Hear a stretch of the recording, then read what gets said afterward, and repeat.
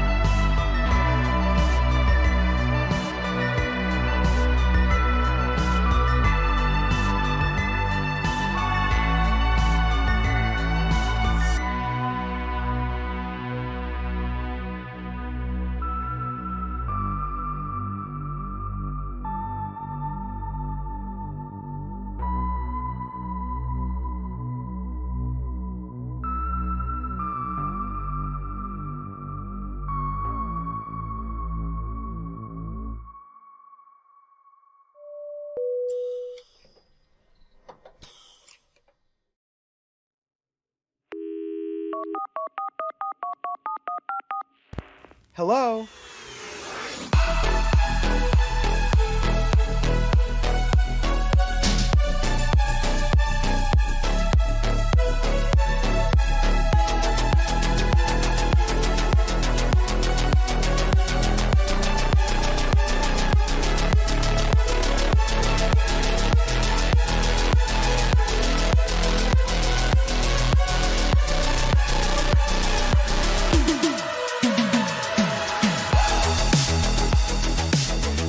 Peace.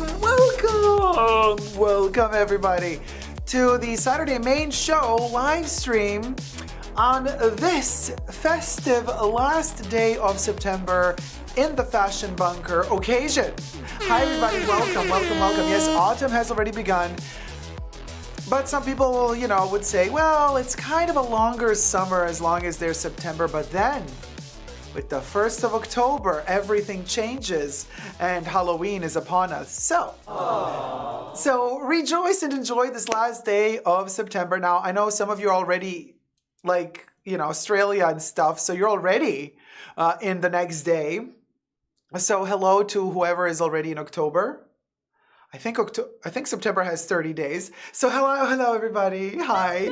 Hey Frozen Luxury. Hey Tina. Hey Gosh Get Alive. Hey Gloria de Thinos. Hey Apple Blonde. Hey Spirited Chaos. I got dirt on me. Hey Unsolicited Opinions by Yella. Hey Apple Blonde. Penny Lane. Hey Letty. Hey Rosanna. Hey Valentina Capuano. Hey Famika. Hey everybody. Welcome. Don't forget to thumb up the live stream. Oh, Dondism has been a member for 28 months.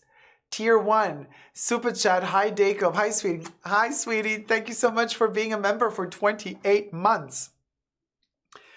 Welcome. Hey Jack's Bag Attack, please send Fruit Gummy, Natalie Gauthier, Steph, thumb up the live stream, you guys. We need those thumbs. Caroline Steele, Pow ASMR. What, do I have some more dirt on me? I don't know, you guys, I'm a little bit dusty. Hi. Let me take a sippy. Sarah Justina, Vicens, Merch Helen, Corey K. Hi, everybody. I'm saying hi twice. If you wish to tip your host throughout this amazing and wonderful journey, cathartic process, link is right here. Bubbles, thank you so much. Super chats are not active at the moment, but the tips are. Just letting you know. We have a heck of a show for you. We're talking about Hermes, Bernard Arnault, Louis Vuitton. There is drama. Luxury on a budget. Yes, we have that as well. Dondism. What do you mean you become a member? You've been a member. Oh, it's a 28th month membership announcement. Okay, gotcha. Hi, Ellie. Hi, Jessie J. Tracy W. Oh, and a lot of Bubbles comments. So I also want to say, since Letty is in the chats today, Letty, I saw you just a second ago. I said hi. So I just want to let you guys know that Letty is planning a big move. Oh, hey, Debs. I was looking for you. Okay, there's Debbie. Letty is a dear friend of ours in the Fashion Bunker. Has been with us through thick and thin, through the pandemic and beyond. And Letty is moving continents. Letty also has worked for, hey, Monique checking in from Chicago. Hey, Monique, how's it going, my love? Letty has also been working for luxury magazines. I mean, she has a luxury collection and also non-luxury, but she has a lot of stuff. And she asked me to do her a favor and let you guys know that she will be letting go of some really, really beautiful, special things as she is gearing up and preparing to move to another continent and start anew. So if you guys are interested in anything that... where's Letty, by the way, in the chats? She was there just a second ago. So I need you, Letty, to also come here for a second. We'll go.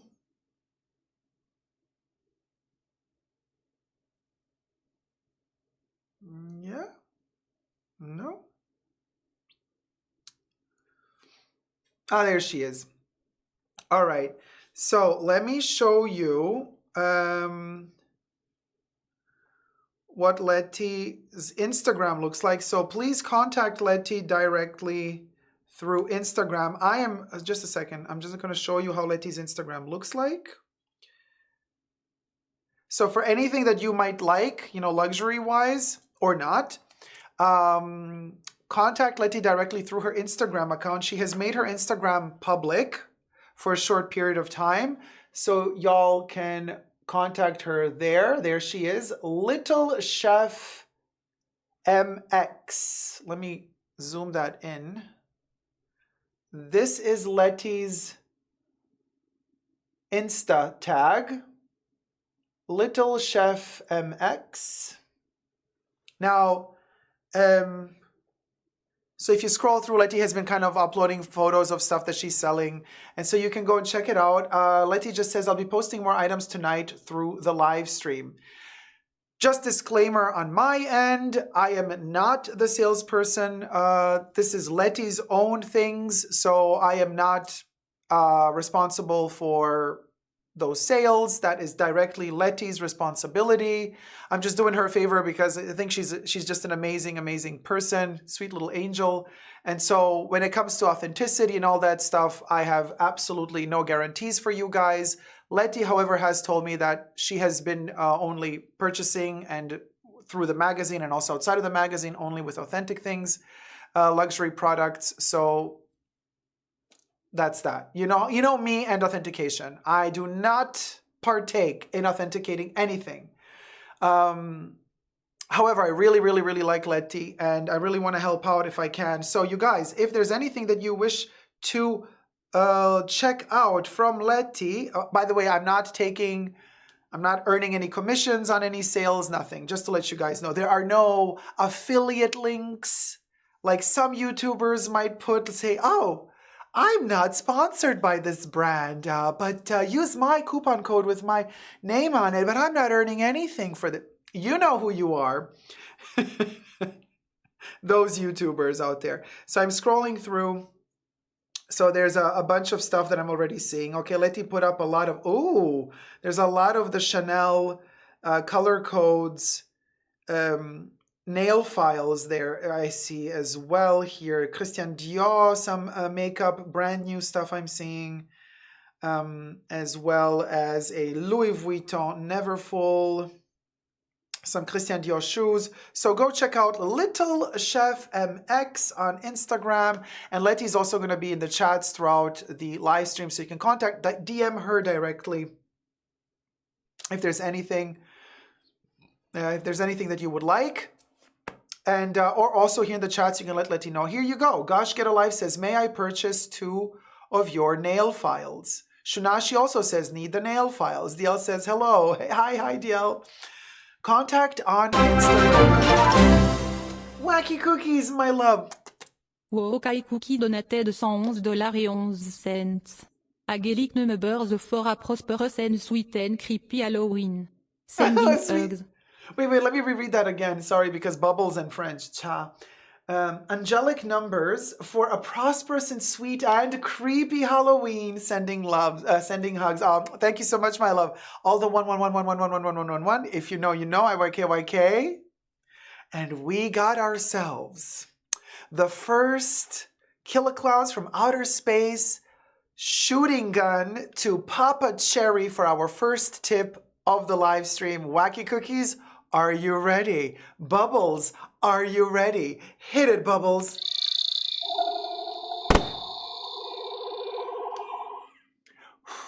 Ah, titillating, darling. Thank you so much, Wacky Cookies. Yeah, maybe let's change Bubbles for a second from French to something else, because I don't understand a word she's saying. So you guys, Letty's really, really a sweetheart.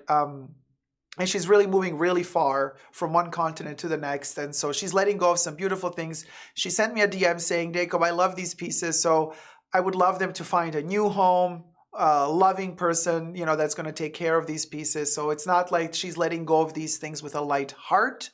She's not letting go of them with a light heart. So that's that. But yes, exciting for Letty. New life, new perspectives, fresh new air. Yeah, much needed, honey. Let me tell ya, I think it's a great thing. Letty says, thank you so much, everybody. I can guarantee the authenticity of all the items, says Letty. They're from Letty's personal collection, but as Jacob mentioned, I have to part ways with them. There you go, guys. So be sure to write Letty directly on her Instagram account. That is Little Chef MX. You can send her a DM. Her DMs are open, so to say, for now. And this is the account. There you go. The Instagram account. If there's anything you wish to... Oh, here are the nail files, by the way, y'all. There's the post of the nail files. Sorry, my green screen doesn't render colors as right. You know what I mean? My green screen is messy, so the green becomes transparent and stuff like that. And the close-up of the Instagram account is this, Little Chef MX. Go check it out. If there's something you like, contact Letty directly through DMs on Instagram. All right, you guys, how's it going? I've had a hell of a week. It's been a doozy, but it's getting better. My rhythm is getting a little bit better. I just had a terrible headache last night, so it was a bit tough because it woke me up in the middle of the night, and then I took a painkiller that knocked me out, and then and then I lost completely track of time, and then I woke up all like kind of bubbly, swollen. Could you imagine? Oh, Letty, thank you so much. Jacob, you are the best. I'm so grateful for the shout out. Oh, Letty, no worries at all. I got you, girl. I told you we're gonna do the shout out. Absolutely no problems at all. Glad I could help. Hey, Selena, hope you feel better. Thank you so much. So as of now, I am feeling better. It's like borderline between migraine and like your classic headache. Could be sinus related. You know how the sinuses, like in this area, sometimes they can get congested or something, especially if the air conditioning in cars or whatever hits you. Maybe that's the reason why I got a headache. I don't know. But like, so now it's like kind of, I still feel a thread of pain, like kind of pulling here, which is sometimes kind of a migraine-y type of pain, but it's a thin pain for now. You know what I mean? It's under control. So I'm good. But yes, I'm usually relatively, I can handle pain. The martyr that I am. Just kidding. Oh, Nat, I'm so sorry you have those every week. Yes, Rosanna, I actually popped a vitamin C pill.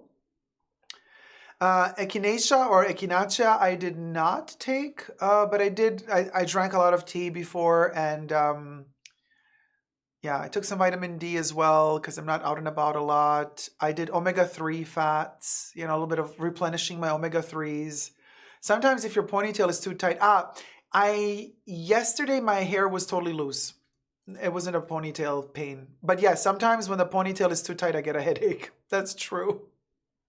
The chemicals can trigger it. Any new shampoo or cream? Nope, not. Everything is the same as usual. Yeah, everything's the same as usual. Sometimes I have like, I feel it coming. It's like pulling me in the back. Maybe I sat wrong for like 15, 20 minutes and you just trigger something just, kind of cracks up in the back, and then it all is misaligned in some way. But it's getting much better. We only got 55 likes, you guys. We got we're going towards 200 people watching, and we got 55 likes. Come on, we can do better. Let's sum up the live stream. Probably the oven cleaner, Selena says. Sometimes, Deborah. Hey, Deborah. Oh my God, I had a splitting headache all day today. It just went away like an hour ago. Yeah, maybe it's in the air. Something's in the air.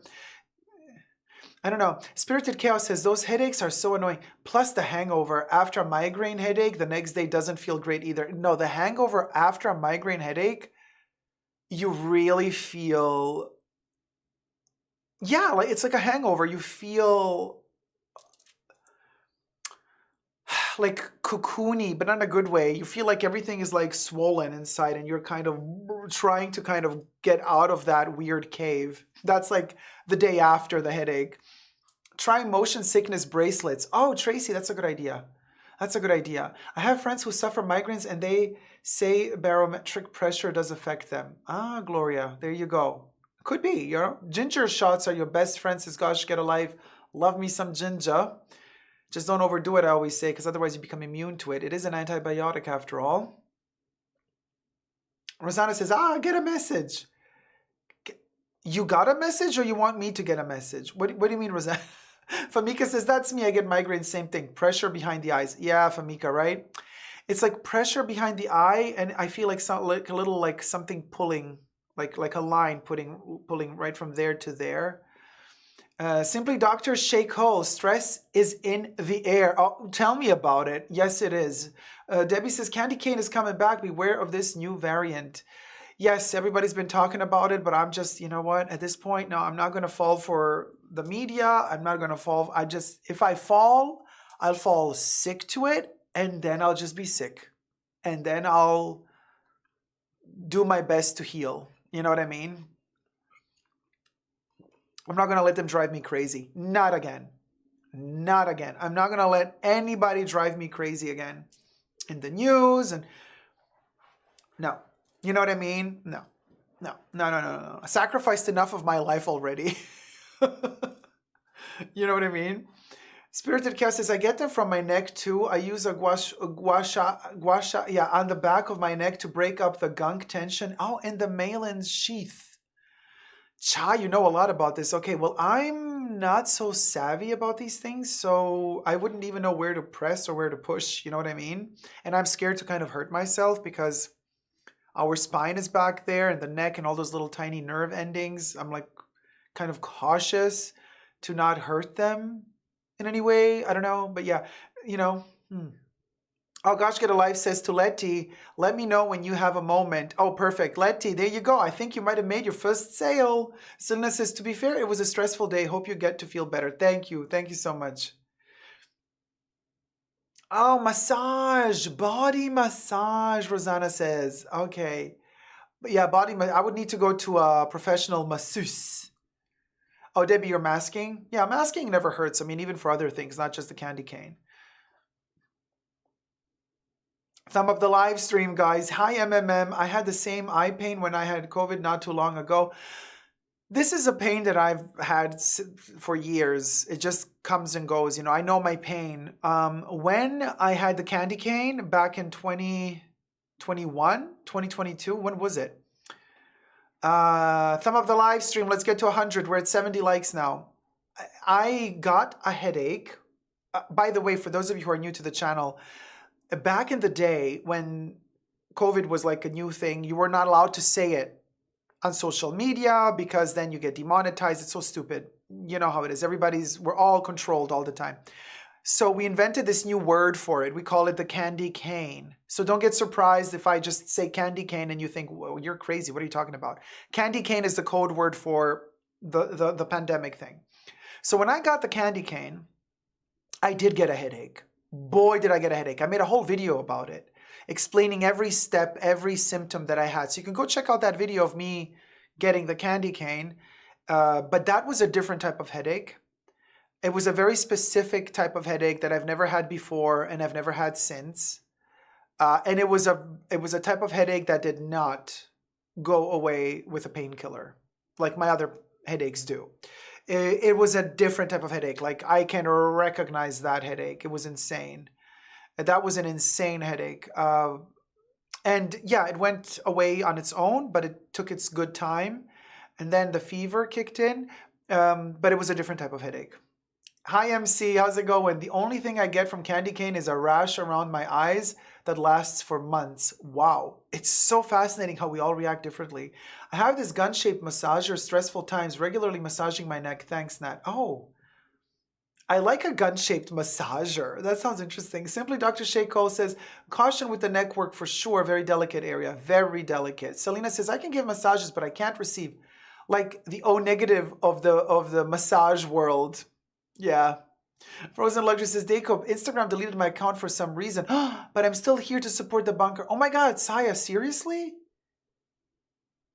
Well, did they send you a warning before they deleted it? Like, because usually it's like 3 strikes and you're out. Did they send you did they delete like your post? Did they delete 3 posts in a very short period of time of yours? Did they delete your comments on other people's posts. Usually they send you warnings like that. Did you get any of those at all in the past? Because I know they can just delete your account just like that without warning as well. But usually they send out some form of warning. Letty says, I'm in Toronto, Ontario, Canada currently. Just thought I should let you guys know. So there you go. Letty is in Canada. And if you wish to get something from Letty, shipping will be from Canada. Spirited Chaos says, migraine sufferer for 15 plus years, physical therapy for the neck is super helpful, and they teach you how to use different tools properly. Yeah, that's amazing. That's amazing. Gentle restorative yoga is good too, says Nat. Pau says, I get pain in my eyes from migraines too. I also get aura with migraines, and I can't see due to big spots in my eyesight. Ooh, that's a tricky one. This is one of the reasons why I wear those light tinted sunglasses also indoors sometimes with strong lights. It helps the eyes a lot. Otherwise, the eyes get strained. Like now with all the spotlights, my eyes are like, not good for the headache. Not good. Instagram acting up, says Debbie. I don't want to say bubbles. David says, hey, Letty, I'm in Toronto as well. Saya says, no warning. Instagram just deleted it with an email to appeal. And what's the reason? Did they tell you, like, you went against community guidelines, copyright infringement, you're selling fakes, blah, blah, blah? Like, what did they accuse you of? Like, they have to give you some form of reason. I would appeal. I mean, if you did nothing wrong, then appeal for sure. Penny Lane says, I still don't understand why we are censored to not be able to say the candy cane name. Technically, we are allowed to now, but it's not advertiser friendly or something like that. So better not to say it. And don't forget about Samantha Jones's massagers. IYK. Yes, honey. We know about those that go broken and then she goes exchange them. Sina says, I can't believe that I finally am able to catch a live and comment. My YouTube feed looks like it's AI generated. Really? Saya says, copyright, but I don't post anything at all. Well, maybe some of your older posts got flagged by a bot. And copyright infringement, you guys, is also if you're posting stuff that a brand thinks is fake. Careful. Be very careful. Instagram is notorious for that. And particularly notorious when you use the hashtag Chanel. I never use that hashtag. Never, ever again. Since they deleted my Chanel account and my main account. Yeah, I never use that hashtag. And once I slipped a couple of weeks ago in my Insta stories, I copied and pasted the title of my video. And I was promoting my video on my Insta stories like I always do with the link. You can click on the link and then you watch my video on YouTube. And the title was something, something Chanel, something, something.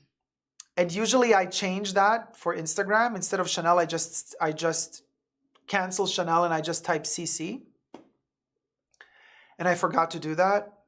And I just left the title as is. There's like the photo of my video, the link to my YouTube video, and then the title of the video that I posted in text form, right? And I didn't switch the Chanel for the CC. I kid you not. I post the Insta story. I share the Insta story on my Daycop CC account. Within 2 minutes,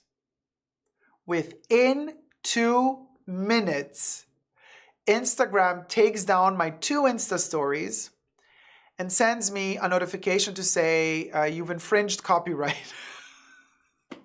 I'm telling you, it's Chanel. Because they don't do it with Louis, they don't do it with Hermes, they don't do it with Dior, they only do it with Chanel. And I did not even put a hashtag Chanel. I just spelled out Chanel.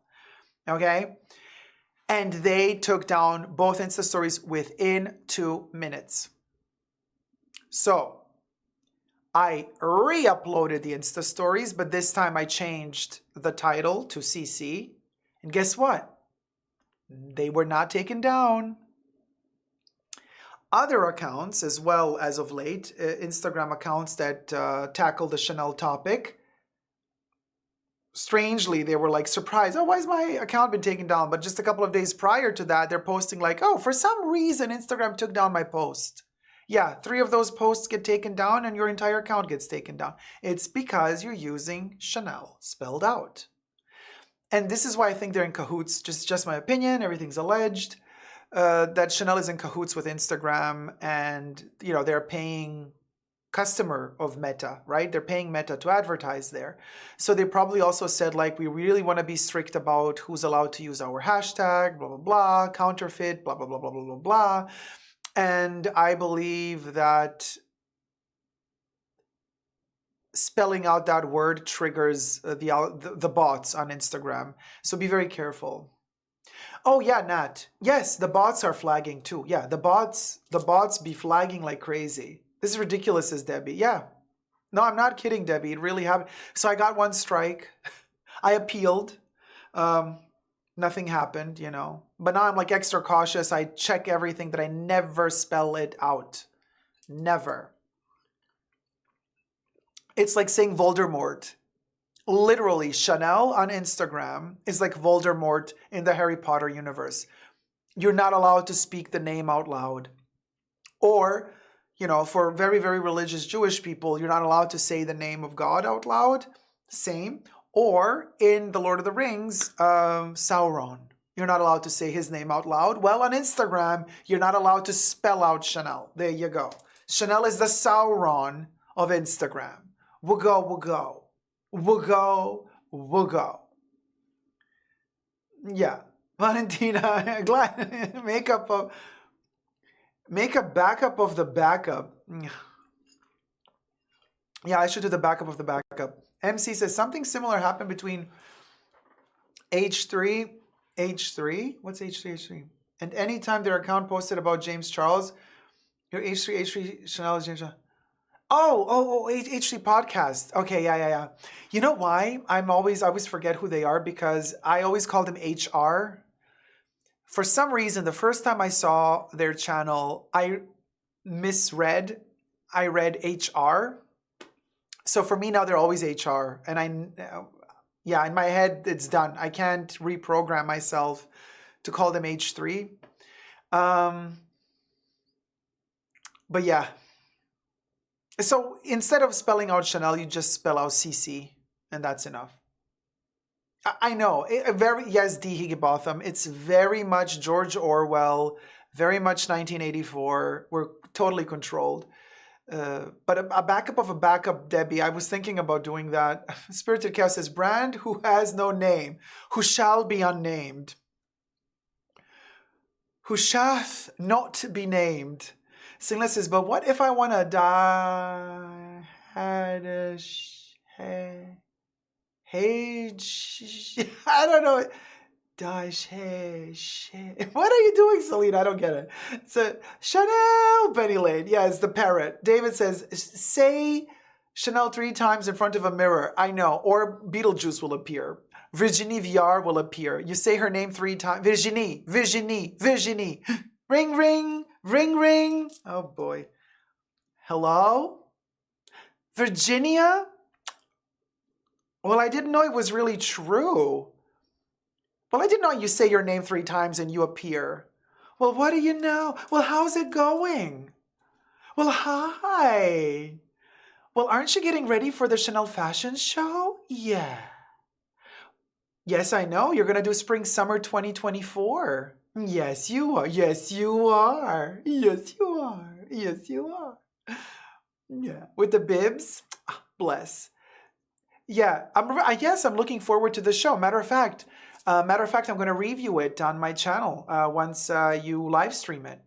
Because again, you failed to invite me somehow this year to the show. Oh, you did invite me? Per post? Oh, it got lost in the post? Because I'm traveling so much, so you have no clue. Not good excuse, Virginie. You could have sent me also a digital invite, you know what I mean? Yeah. Mm-hmm. Of course I would have come. I mean, listen, I know that for your best customers, you fly them in. So I'm not a best customer, but you know what I mean? I could be good for you. Yeah. Well, so why are you calling? Oh, you're calling because I said your name 3 times. So I do have some power over you. So, okay.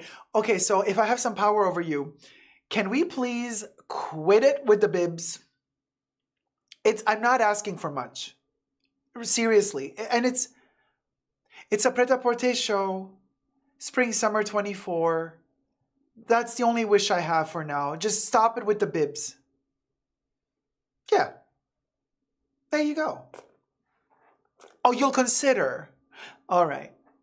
Well, then consider this, okay? And also, loving the pink shades, do like more pink stuff. And I know you're not doing marketing and pricing, but like, can you like tell them to like, daddy chill with the prices? Like, daddy chill with the price increases. Daddy chill. Yeah. Oh, you have nothing to do with the prices. You don't know how much the stuff costs? Oh, you don't care about that? Well, what do you care about? Oh, you care about not losing your job, so you don't ask too many questions. Well, you know what, Virginie? It's really good to hear that because that makes you more relatable to all of us because the rest of us are in the same pickle. Yeah, one would think you would have more power, but I guess you're not Carl after all. I know. All right, sweet. Okay, well, we'll talk soon after the show, Yeah, all right. Take care. Bye. Ciao, ciao, ciao, ciao, ciao, ciao, ciao, ciao, ciao, ciao.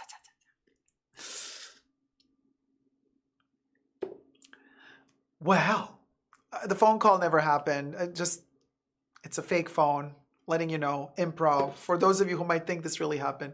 So it says, Deco would make a good heiress, goddess of discord. Cha. Oh, Blonde and Chatty, thank you so much for becoming a tier 1 member, sweetie. Welcome. D&G has bibs now. It's done. Oh boy, Debbie, seriously? Deborah says the imaginary phone calls are honestly the best. Thank you, Debbie. Well, Deborah. Well, we got Debbies and Deborahs, and we got a lot of Deborahs in the house. MCLGA, make Chanel leather great again. Oh, that's... Oh, I gotta... Hold on. Eyelashes in my eye. I gotta take it out. We should definitely do maybe a t-shirt with that. What do you guys say? Can't see the eyelash. Is it an eyelash or is it a dust particle? It's gone now. Like a cap, right? MCLGA, make Chanel leather great again. That's a good one. Let me take a photo of that so I don't forget. Yeah.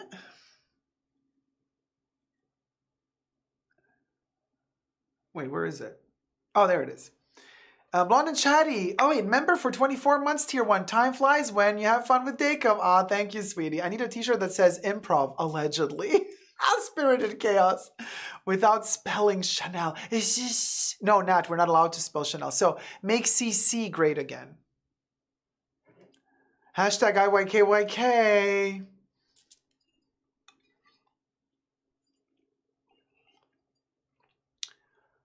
Oh, you miss Carl, David?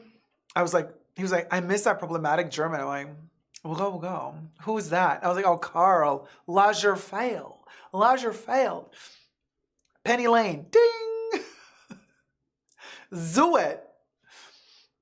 Oh, Debbie. Member for 22 months, tier 1. Thumb up the video. Thank you, Debbie. You guys.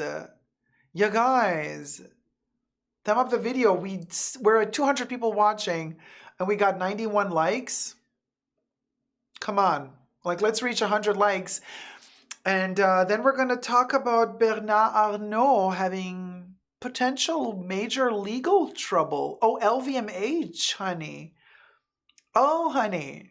It seems like there's trouble in paradise. Ha ha.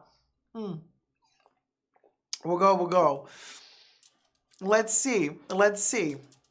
I got a topic for you today. Russia is involved. Debbie hath doth become a member. 101 likes. Perfect. Okay. Oh, look at your mug with the green screen. Cool. It's actually so bizarre because the mug is blue. And I don't know why with the green screen it's not. Maybe it has a bit of green in it, but it's actually blue. It's a Ken mug, y'all. Yeah, there's no way to see it, but no. It's a blue Ken mug, y'all. Anyway. Oh, before we get to the topic, I just wanted to let you guys know we had a wonderful pre-show. It was a little bit over 2 hours long. Tier 2 members and Tier 2 patrons had access to the live stream pre-show right before the main show, like every Saturday. But every first Saturday of the month, also Tier 1 members and Tier 1 patrons get access to the pre-show. So next Saturday, Tier 1 and Tier 2 members and patrons are all going to have access to the pre-show. Today's pre-show, we had some really interesting topics that were pre-recorded together, but also some exclusive content that will remain in the pre-show. One of the things that I wanted to share with you also here, just one little thing, and I'm not going to share the context. It's a surprise. You're going to have to wait to see that video. The video is going to come to Totally Jacob in a couple of days' time. So we shot the video together. Tier 2 members and patrons got to see the shooting of the video live. And then the rest of y'alls are going to get to see the video in a couple of days or maybe a week or two from now. But I just wanted to show this one thing. This is adorable little, look at this. Can we do a little screenshot moment? Hold on. This is so cute. Okay, I did this.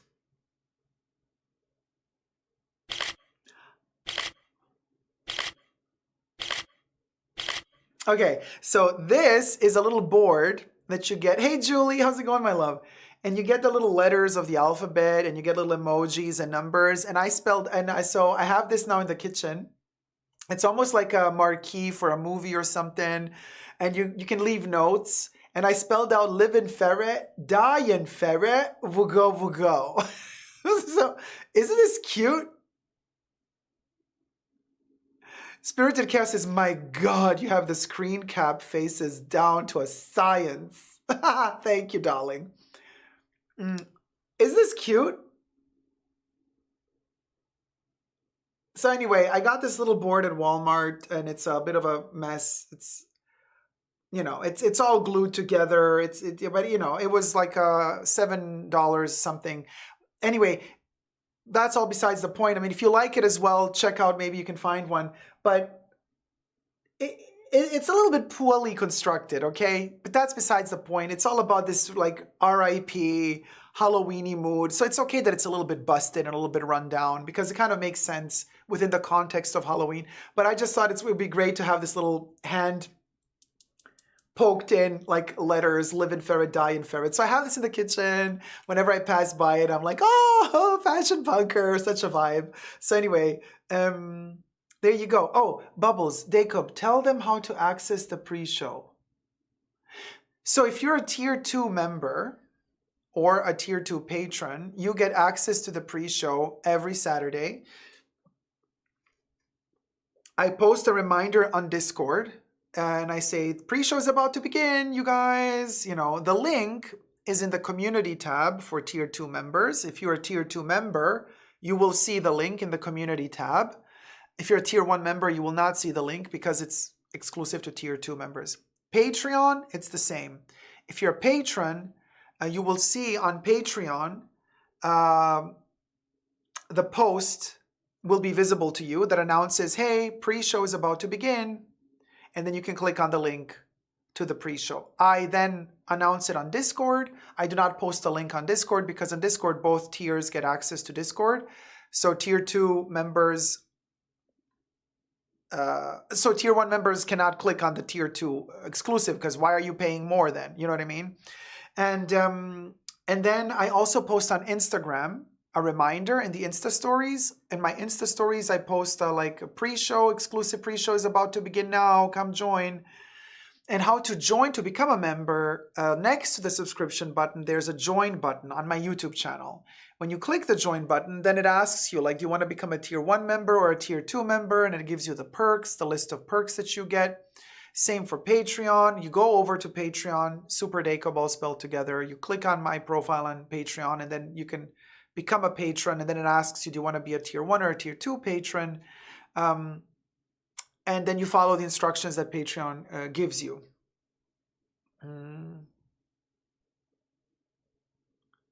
Oh, DL, YouTube keeps hiding it from you. Yeah, YouTube is a mess. They don't give notifications out for some reason to some people. Last week we were talking about this. Somebody mentioned maybe it has to do with the fact that Apple devices is more messed up than if you're doing other devices with YouTube. So maybe that's the reason. I was trying to watch, but I couldn't see, and I went under membership and couldn't see nothing. That is weird, Yell. Gosh Get a Life says, Dacob, your shirt, sweater is so cute. May we get a full shot? Gosh Get a Life. So this is a Super Dacob Halloween shirt from a couple of years ago. It was a limited edition. You know, we do limited editions every Halloween in the Fashion Bunker. So I'm wearing the limited edition from, I think, 2 years ago. This year, the Halloween merch, it's coming. And I don't want to say too much, but it will be connected to this somehow, because a lot of you really, really liked this one. So there might be a modernized version of it to make it, of course, exclusive to 2023. But this is the 2020. Here it is. 2021. So this was the 2021 Super Dacob Fashion Bunker Halloween merch. And you can see we have the crop symbol. The crop is there. There comes the crop. Ow. And then we have all of the special texts, all the little hidden secret messages. There's a lot of little mysterious messages hidden in this trend. This was also available as a huge blanket. So of course this year we're gonna have maybe an updated version. Maybe, just maybe. Blonde Chatty says, like your sweater, is that in the merch shop or a one-off? This was in 2021, the limited edition. But it might be coming back with an updated design. Stay tuned. Stay tuned, and it's only going to be available for a couple of weeks. So if you want it, don't wait. Because I keep getting people telling me, I want this shirt. Yeah, it's done. It's over. You had to get it when it was done. You know, the Ginger says the shirt is fantastic. Thank you so much. So this is the long sleeve version. There's also going to be a short sleeve. There's going to be a hoodie version and all that good stuff. So, you know, maybe just keep it minimal this year. I've been thinking maybe do a jack-o'-lantern something, but it's definitely, we're going to have something like this modernized for today. And that's going to be the limited edition Halloween merch. So there you go. I spilled the beans maybe too much, but whatever. Something to look forward to. So you guys can already start planning ahead if you want to get it. And they will be available only until the 1st of November. And then they will disappear, just like Halloween disappears. So this is only every year limited edition merch for Halloween in the Fashion Bunker. It's a different design every year. So there's like a whole collection of them. You know, we started this in 2020. Or was it 2019 was the first Halloween merch? I think the first Halloween merch was 2020. Yeah. With a psychedelic pumpkin. And then we did, yeah. So this is going to be the 3rd year we're doing it. Oh my gosh, thank you so much, David. David Anderson donated $15. David, are you ready?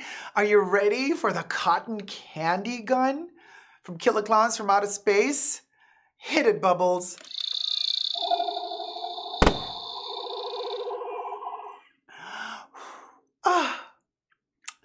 I don't know. Just a tip. Just a tip, David. I hope it was as good for you as it was for me. I think I need a cigarette now. So we'll go.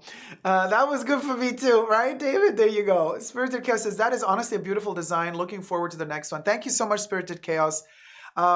It's a historic design. it's connected to the heritage of Halloween and of humanity and, society. So, and this was 2021. Now imagine in 2023, after we've evolved in the fashion bunker, we have new words that we use, new objects that we're using. There's a whole evolution. So it's kind of beautiful to also see this concept evolve into a new era. So I'm really looking forward to it. So there, now you know, we're going to have pretty soon the announcement and the launch of the Halloween merch. Don't sleep on it because 1st of November it's going to be gone. Angela says, is the cotton candy pew pew a hint of your Halloween costume? We'll go. No, I will not be a killer clown from outer space. Although because I was already a clown a couple of years ago. I was the cockroach clown back in 2019. Oh my gosh, I love that costume so much. I actually want to be the cockroach clown again this year. Maybe I still have a picture, right? I can show you maybe a picture. I want to be a clown this year as well, but yeah, it would be too much to be a clown again. No, I'm thinking of, we wanted to do Ursula. I know we all wanted to dress up like Ursula, but like I said the other live stream, when I saw Melissa McCarthy as Ursula, I was like, yeah, nah, yeah, no. No, I didn't know. No, I did not like her. I did not like her in that movie. So, hold on, let me see. Let me see if I can find me as a clown for Halloween. Oh my gosh. Yeah, it's like 5 billion photos later. You know what I mean? Like, oh no, what was it? Oh, Nancy, thank you so much, my love. Nan's donated $10. Are you ready, darling? Nancy, are you ready for the cotton candy pleasure gun? Hit it, Bubbles.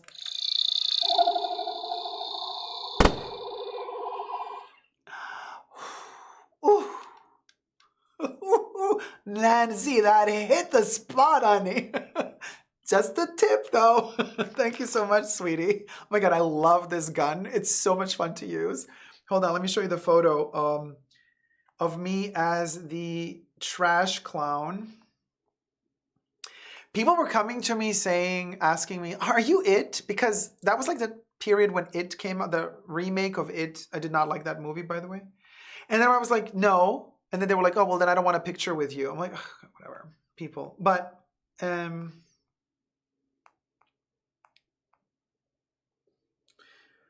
where is my... It's a vibe, okay? And it's very creepy. And I sewed plastic cockroaches this size to my costume, to my wig, to my mask, like everything, okay? It was intense. Wait, how do I know what year this is? No, wait, hold on a second. Like, what year are we in? What year are we in? No, not deleted. Wait, what year? What year was it? 2019 or 2018? I think it was 2019 or?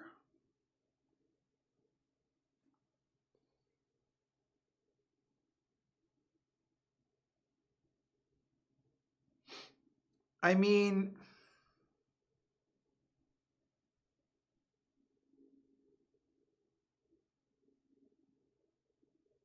it's like it's gone.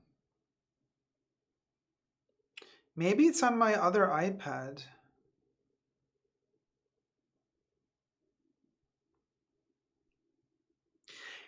You know what, guys? It feels like time. I don't know about you, but for me, every time I scroll back to these photos and I hit that pandemic period, I look at the photos, I'm like, was this me? Was this really happening? Where did the time go? What is all this? I'm always so shocked. I don't know. It always feels like yeah, I'm always surprised basically. Every time it hits me like, "Oh, okay."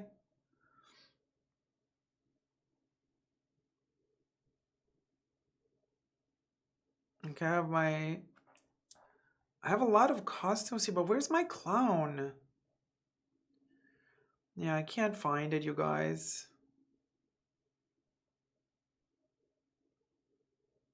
It's so bizarre. Why can I not find it? Maybe because it was like many more years ago than I remember. Yeah, my photos are saved and they're not just on an Instagram account. Jeez.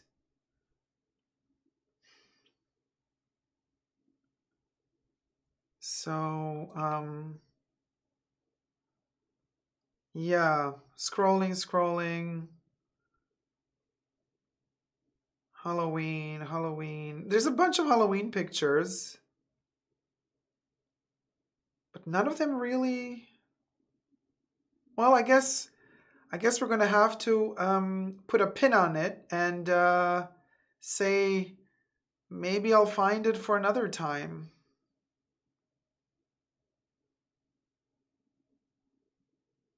Because another stupid thing that this iPad does, like sometimes it saves at a wrong date. So if you like favorite something, right? Like you take a picture in 2017 and you favorite. Later, you're looking through your favorites folder, and for some odd reason, it placed that photo into like 1922. It's like, why? I am a vampire, and yes, all of these dates are really weird sometimes. But 1922? Really? Makes no sense. So I'm looking through the regular folder, the favorites folder. History, darling. History. We're moving. And no. Oh, this is a cute one. Check this out from a couple of years ago. Me as Freddy with Chucky. This was 2020 or 2021. Can't really remember. That's a vibe. That was also Halloween vibe. And this wasn't even a costume. This was just like for one live stream, you guys. Those were the days. Yeah, those were the days.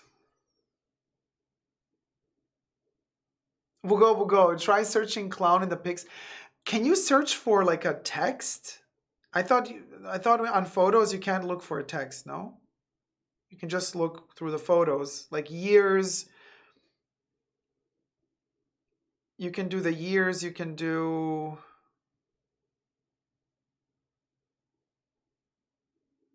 months, you can do days.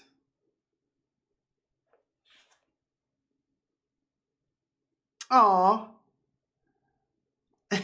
This was a moment. Me with the Michael Myers mask.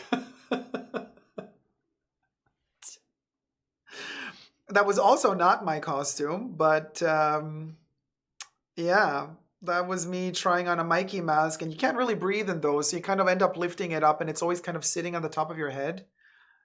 That was a vibe. Oh, this is a scary one. Here's a really cool Halloween moment. Okay, so this is a black sheer Y3 shirt that I put on my head, and then in the eye section, I put for each eye a brooch, and for the mouth, another Chanel brooch. And then on the top of the head, very Coco Chanel, another Chanel brooch. This is a scary one. Look at this.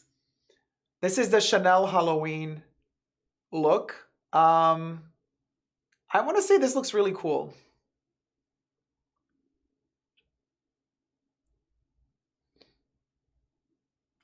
Yeah.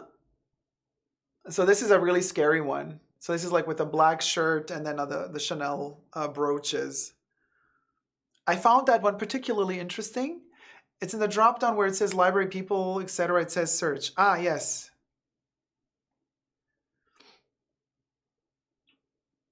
So there was that moment, which also kind of looked scary-esque.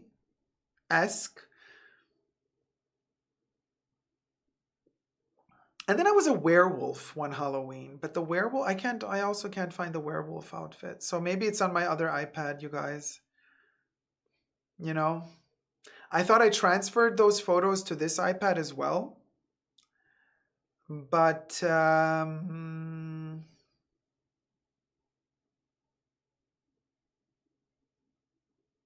oh, a cutout. Oh, so much green. It's the green screen, you guys. It's me with Elvira. Elvira, a cutout version of Elvira. So this is also a beautiful little Halloweeny moment. I'm holding my boobs because, well, because her cleavage wins. No, I don't use cloud, Debbie. I hate the cloud. It's so annoying. That was the cleavage moment.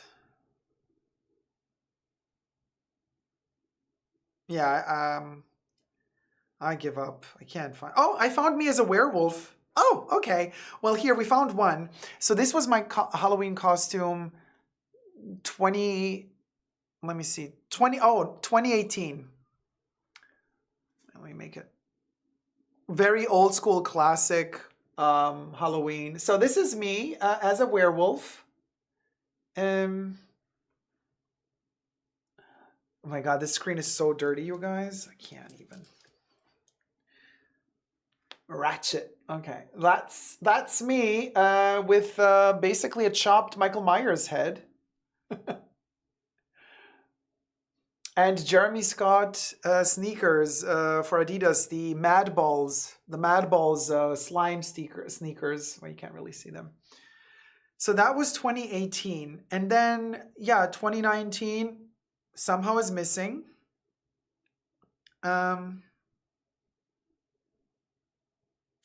Yeah, a whole year is just skipped. It's just a whole year is gone, you guys. Gone, like it never happened. Just like in my life, like there's parts missing. All of a sudden, there's parts missing. But yeah, that's me as a werewolf. So that was really a lot of fun. And then you've all seen me, right? Last year, we did the Halloween party together on the live stream, and I was dressed as a fruit fly. The year before that, I was an Oompa Loompa, which now apparently it's a cancelable offense, so we cannot do the Oompa Loompa anymore. You see what I mean? This is how society evolves, whatever. If I find it, I'll post it on Instagram. It doesn't matter. Let's not waste much time.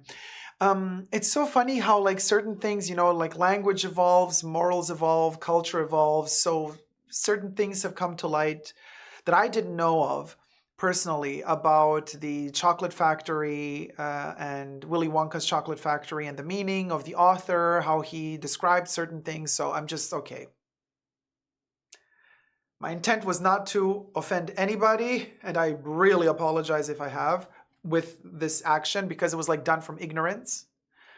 So yeah, I'm not gonna dress up like that way anymore ever again, because I didn't know. I had no clue, you guys. I really had no clue. I really had no clue. I had no clue. Debbie says, oh, you were using only hands on YouTube end of 2019.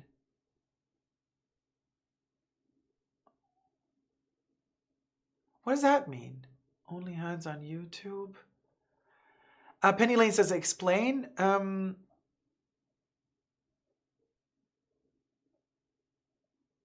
Not face, no face showing? What do you mean, Debbie? Oh, no, yeah, because I wasn't on camera that much. No, but that's a different story. Not showing your face. No, that's the period I went through when I was just showing my hands. But no, I think Penny Lane.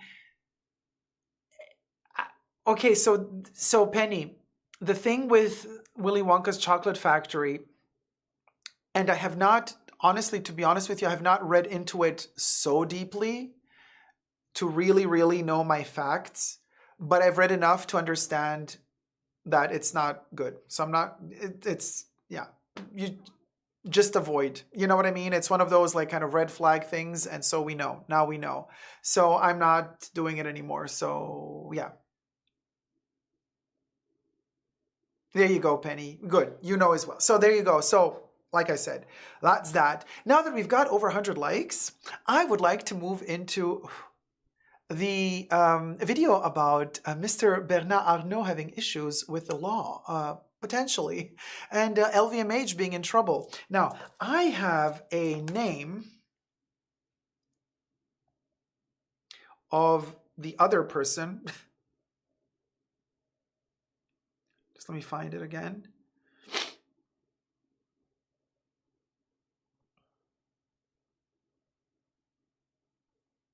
Where is the other person?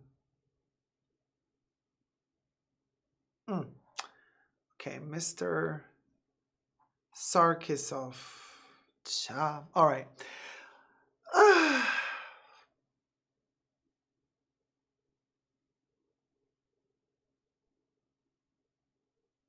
Hi, everybody. Jacob here. Welcome back to the Fashion Bunker. Mr. Bernard Arnault, the boss of LVMH, Louis Vuitton, Moet Chandon, and all that good stuff, Dior, all the luxury, darling, the richest allegedly man in Europe, Bernard Arnault. That's him in front of the Louis Vuitton perfumes. He's apparently in a little bit of trouble at the moment. As reported by Independent magazine, and I quote the title, billionaire Louis Vuitton owner Bernard Arnault and Russian oligarch, let me repeat that, and a Russian oligarch are investigated in money laundering probe. Now let's get into it. But before we do, subscribe to my channel here on the tubes. Push the join button next to the subscription button. Become a member today. Gain access to extra perks. You can also join me on Patreon. Super Jacob all spelled together for extra perks. Thank you to all my members and patrons who have already pledged. Push the notification bell to get notified every time I make a new video. Thumb up this one. And let's get straight to it. I'm filming this live and I have my live chats on the sidebar. Y'all, this is juicy tea. Now, everything I say in this video is for entertainment purposes only, not rooted in any truths or facts. Everything is alleged and just my opinion. Okay? Just to be very clear. So according to this article, Mr. Bernard Arnault is being investigated over his links to a Russian oligarch. Ooh. OMG, I'm just like cooling myself down with my Louis Vuitton notebook cover. This is something else, honey. And prosecutors are involved. Parisian prosecutors are involved. And they're investigating, listen to this, financial transactions involving the French tycoon, Mr. Bernard, this little nifty little fella, and the world's second richest man, well, as of now, right after Elon Musk. And one doth ask oneself, how is Elon Musk still on that list after all the shenanigans? One doth wonder. And he's investigated by prosecutors for his financial transactions involving himself and a businessman from Russia called Nikolai Sarkisov, allegedly. Now, the inquiry is centered on property purchases in Courchevel, which is a ski resort, like a very, very, very famous ski resort somewhere in France where all the millionaires and billionaires own property, where they go on holiday during the holiday season, where they, retract to do some private family time, but also maybe, to meet up with the good old rich friends and maybe plan out other businesses for the future. So it's a ski resort in the French Alps known for being a playground for the ultra-rich. That's what the prosecutor says. Now, how did these two fellas get tangled up with each other so that they appear to be sus for the prosecutors in Paris? Well, apparently Mr. Sarkisov acquired property in that region via a transaction with Mr. Bernard Arnault, allegedly, through one of his companies. that had apparently provided a loan, according to French newspaper Le Monde, citing the TRACFIN or TRACFIN Financial Intelligence Unit. So, are we saying that the Russian oligarch could not purchase the property because of all the situation with Russia and yada, yada, yada, whatever's going on? So money was apparently funded, allegedly. Loans were given, allegedly, and then properties were purchased, allegedly. It said that the 50-year-old Russian billionaire had acquired 14 housing units from a single seller in 2018, so that's before the Ukraine situation, for 16 million euro, which the Independent translates into 13.9 million British pounds. In a very complicated and complex deal, they say, involving companies based in France, Cyprus, and Luxembourg. Now, Luxembourg is famous for, you know what I mean? Stuff like this. Now, TRACFIN, or TRACFIN, part of the French justice system, has focused on combating money laundering. They have yet to determine whether any crime had been committed. This is all speculation, right? A source close to the investigation said.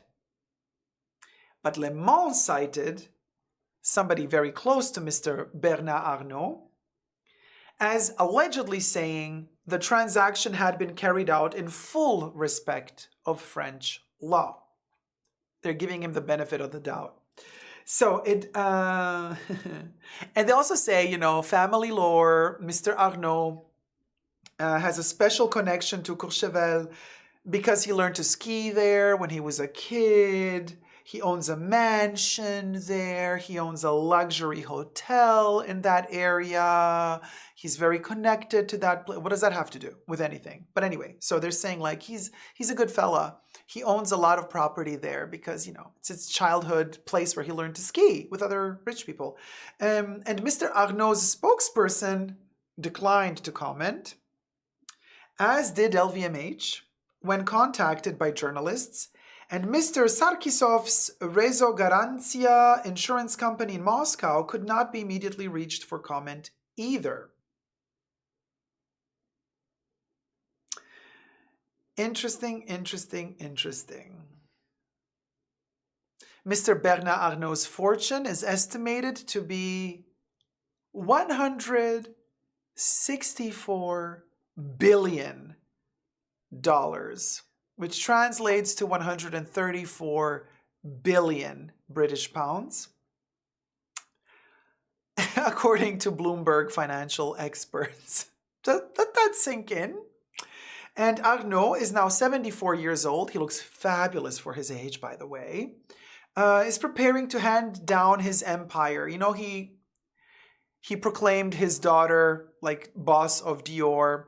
This could have some implications because his son might want to take over. So it almost feels like he's setting his kids up to battle amongst each other, for like the stronger kid to win and take over. But he is planting the seeds already for his kids to take over his empire, which apparently took him over 34 years to build himself.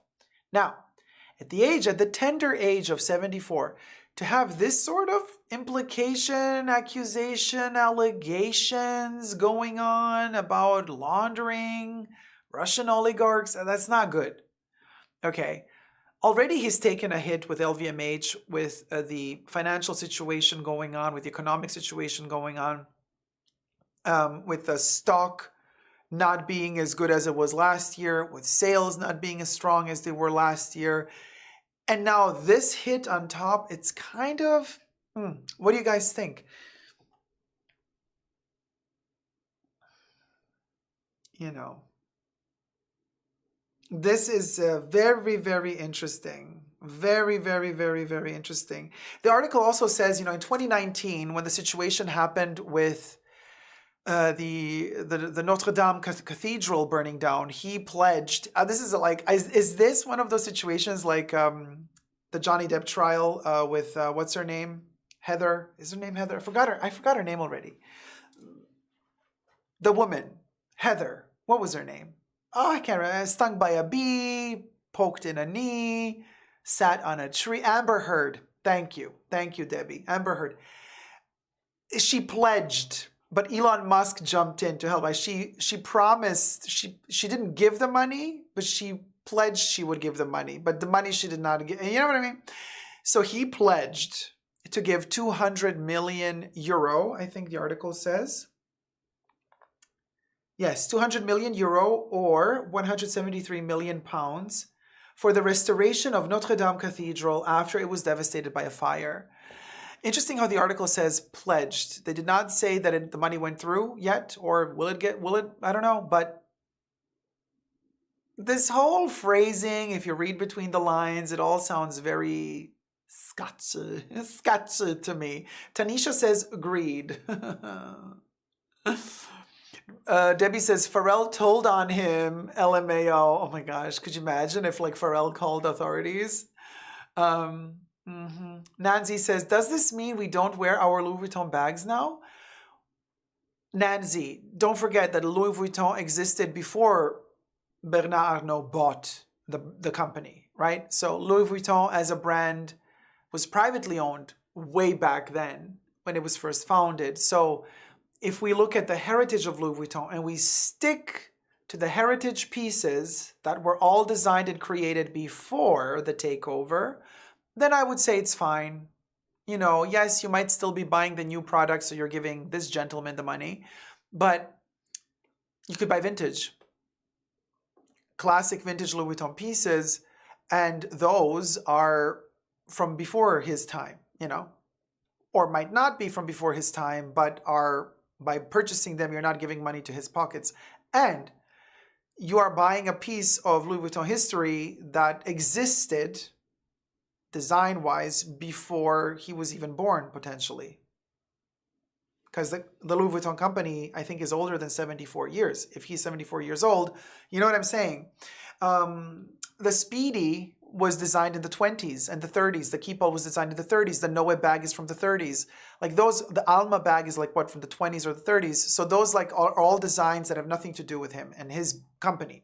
His company is profiting off of the heritage of those pieces. They're using the good name, the good reputation that Louis Vuitton built up through those pieces throughout the decades to now make money off of it. You see what I mean? So there's a differentiation to be made there, just my opinion only. But there you go. Corey says, I'm getting a vintage Speedy 30. Selena says, I think hoarding money is the root of all evil. And why do you need $100, $200 billion? What for? You can't possibly spend them in hundreds of lifetimes from now on, you know, till the future. It's just ridiculous. So nobody needs that kind of money to live a really wealthy, happy life. Nobody. Yes, Yankee Barbs, resting on one's laurels. That's the concept. My pre-loved bucket is saved. Phew. Yes, Rosanna, it's JHT says it's just an ego thing. Well, I don't know about you guys, but I am closely looking forward to the continuation of this little drama here, because this article just left it kind of, you know, it's kind of a cliffhanger. You know, it's like, for now, everything, there's no proof of anything, but they're investigating. The French authorities are investigating.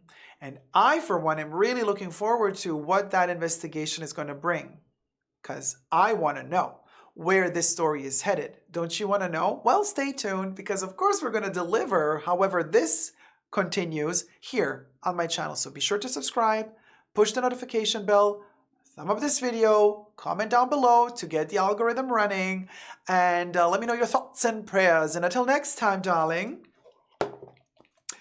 what do I say at the end? What do I say? What did I write it down here? Yes. Never give up on love. Bye. Ciao. Thumb up the live stream, y'all. Steven Skio. When I walked into a Louis Vuitton boutique, I think of him and don't buy. You know what?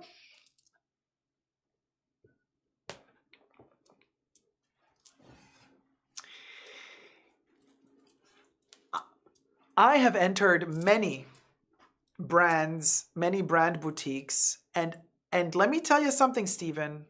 You're onto something. This is a really good. I've done it myself. This is a really good way of making me not buy something. Any brand. I can always find a reason why somebody working at that brand is terrible. Oh, what a pahoka playa, right, Carla? Hi, Carla. But yes, I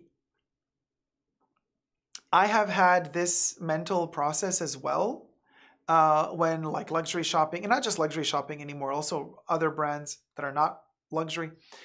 This like thought process, like thinking about some people that are working alive at the brand, that own the brand, or blah blah blah, and I don't align with their moral or whatever, and then I was just like, no, done.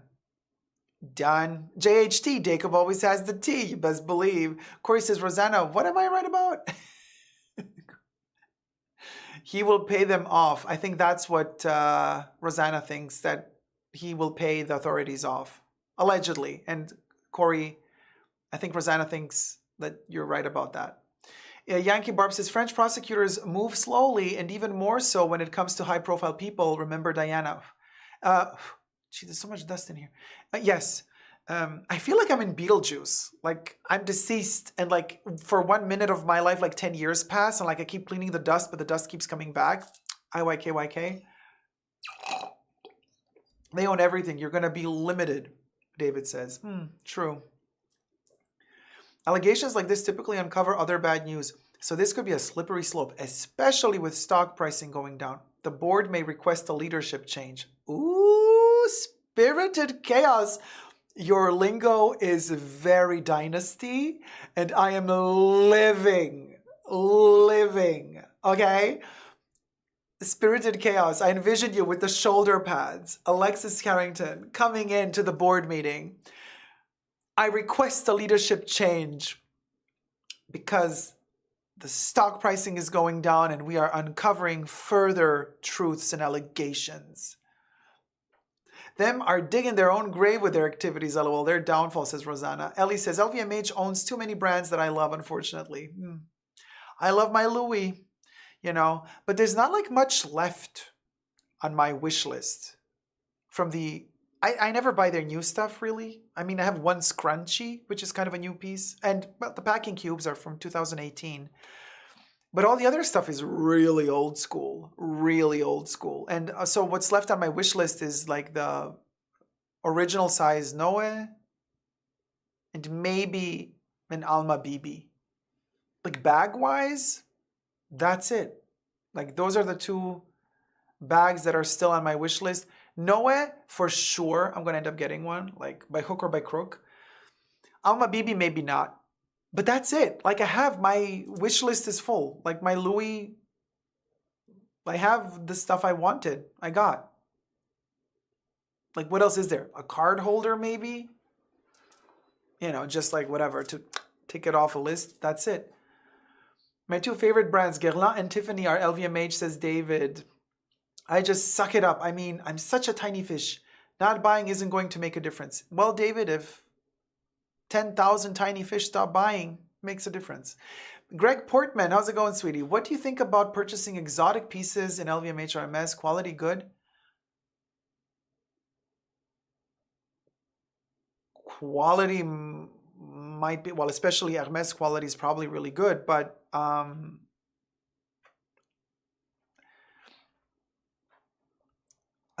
with exotic pieces, it's tricky,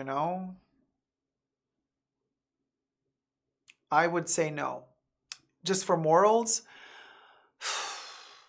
But then what do you do with vintage exotics? Maybe vintage exotics. It's a different situation. PETA would say no, but I'm not PETA.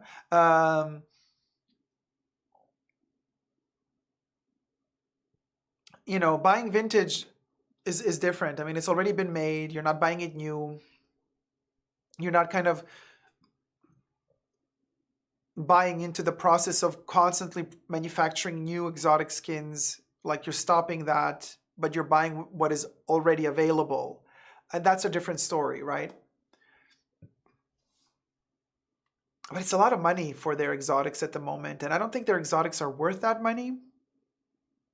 The life of the animal is worth way more than that for sure. But they're just overcharging in general. And I think it's a heck of a lot of money for something that, meh, at the end of the day, you know? But hey, to each their own. Stop buying Balenciaga due to their decisions in marketing. Oh, well, live, love, Lynn. Good for you. I would too. True, in aggregate makes a huge difference. Are you starting the revolution? Yeah, exactly. Well, you might not know it, but around the world, there might be other individuals, like other small fish, that have already started the revolution. You just don't know it yet. So you might think you're alone, but you're not. You just don't know that there's a ton of other people who are also thinking the same way you are and that have also stopped purchasing. So there's that as well. The School of Tiny Fish just agreed to another direction. Rosanna Navarro. Corey, unless you are going vintage exotics, it's not worth it. Nat says, I have Louis Vuitton Alma BB in ostrich. Very nice.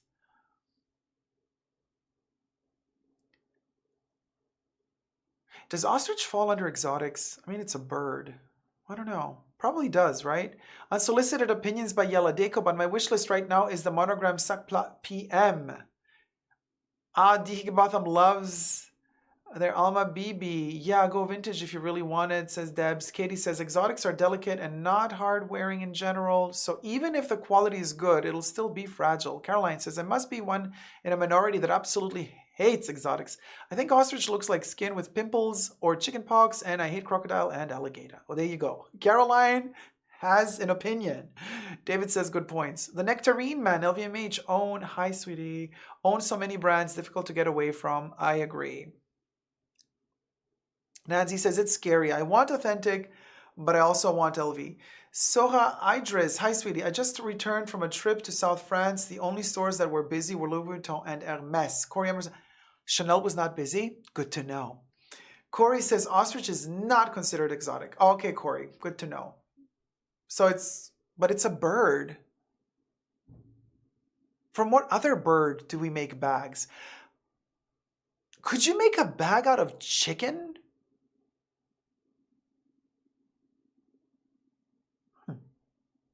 I mean, think about it.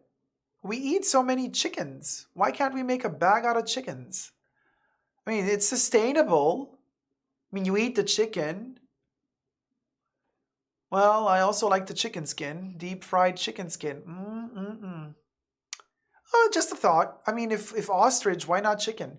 A chicken skin bag sounds delicious, says Sylvia, right? Yeah, the chicken bag. Yeah. Oh, pigeon. Yeah, Debbie, the pigeon.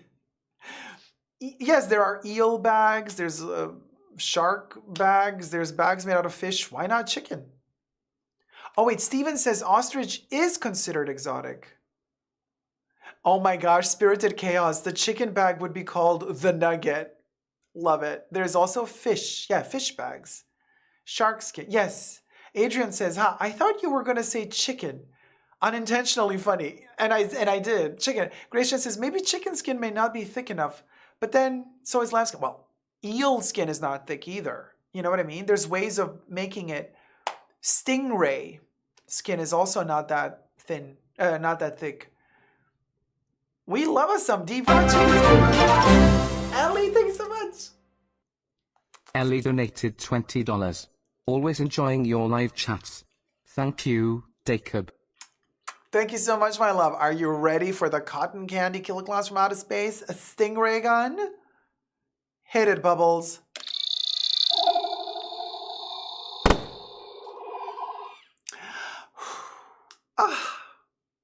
Just the tip, baby. Just the tip. Thank you so much, sweetie. This gun is very happy. It kind of redefines the whole concept of, is that a gun in your pocket or are you just happy to see me? If this is in your pocket, we'll go. You got a big pocket. So anyway, Tina is like, this is gross. Change the subject. Emotion Engine says ostrich is in fact exotic. I think a lizard is way more common than ostrich. Mushroom bags. Yes. Mushroom bags. Stella McCartney has been experimenting with them. We don't know how long they last though. But yeah, mushroom leather.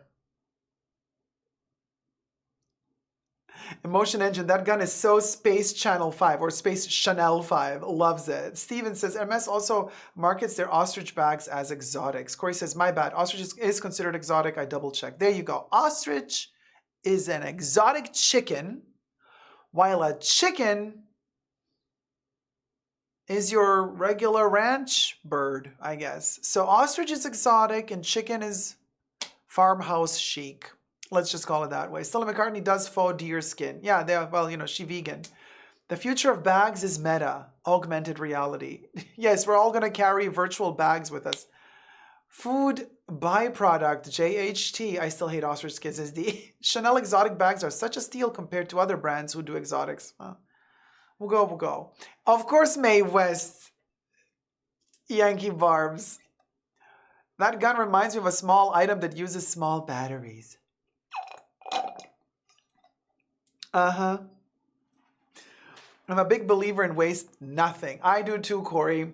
I don't think they grow chickens enough. The bones are too soft. Imagine the skin. Well, these would be special chickens grown for bags. Anyway, speaking of skins and leathers and trouble in paradise, protests, PETA, and not Peter Griffin from Family Guy, but PETA. I have another little bit of news to share with you.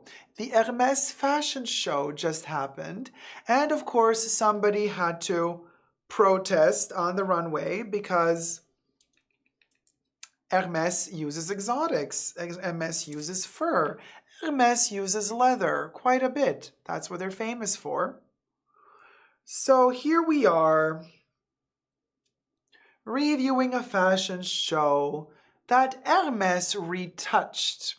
Now obviously once the fashion show was over, they edited out the person attacking the runway. So whatever, but just bear in mind, it did happen. So we are in Paris right now, darling, doing the review of the Hermes Spring Summer 2024 Women Collection. Are you ready, Ferret? Bubbles, hit it, darling. Let's start filming.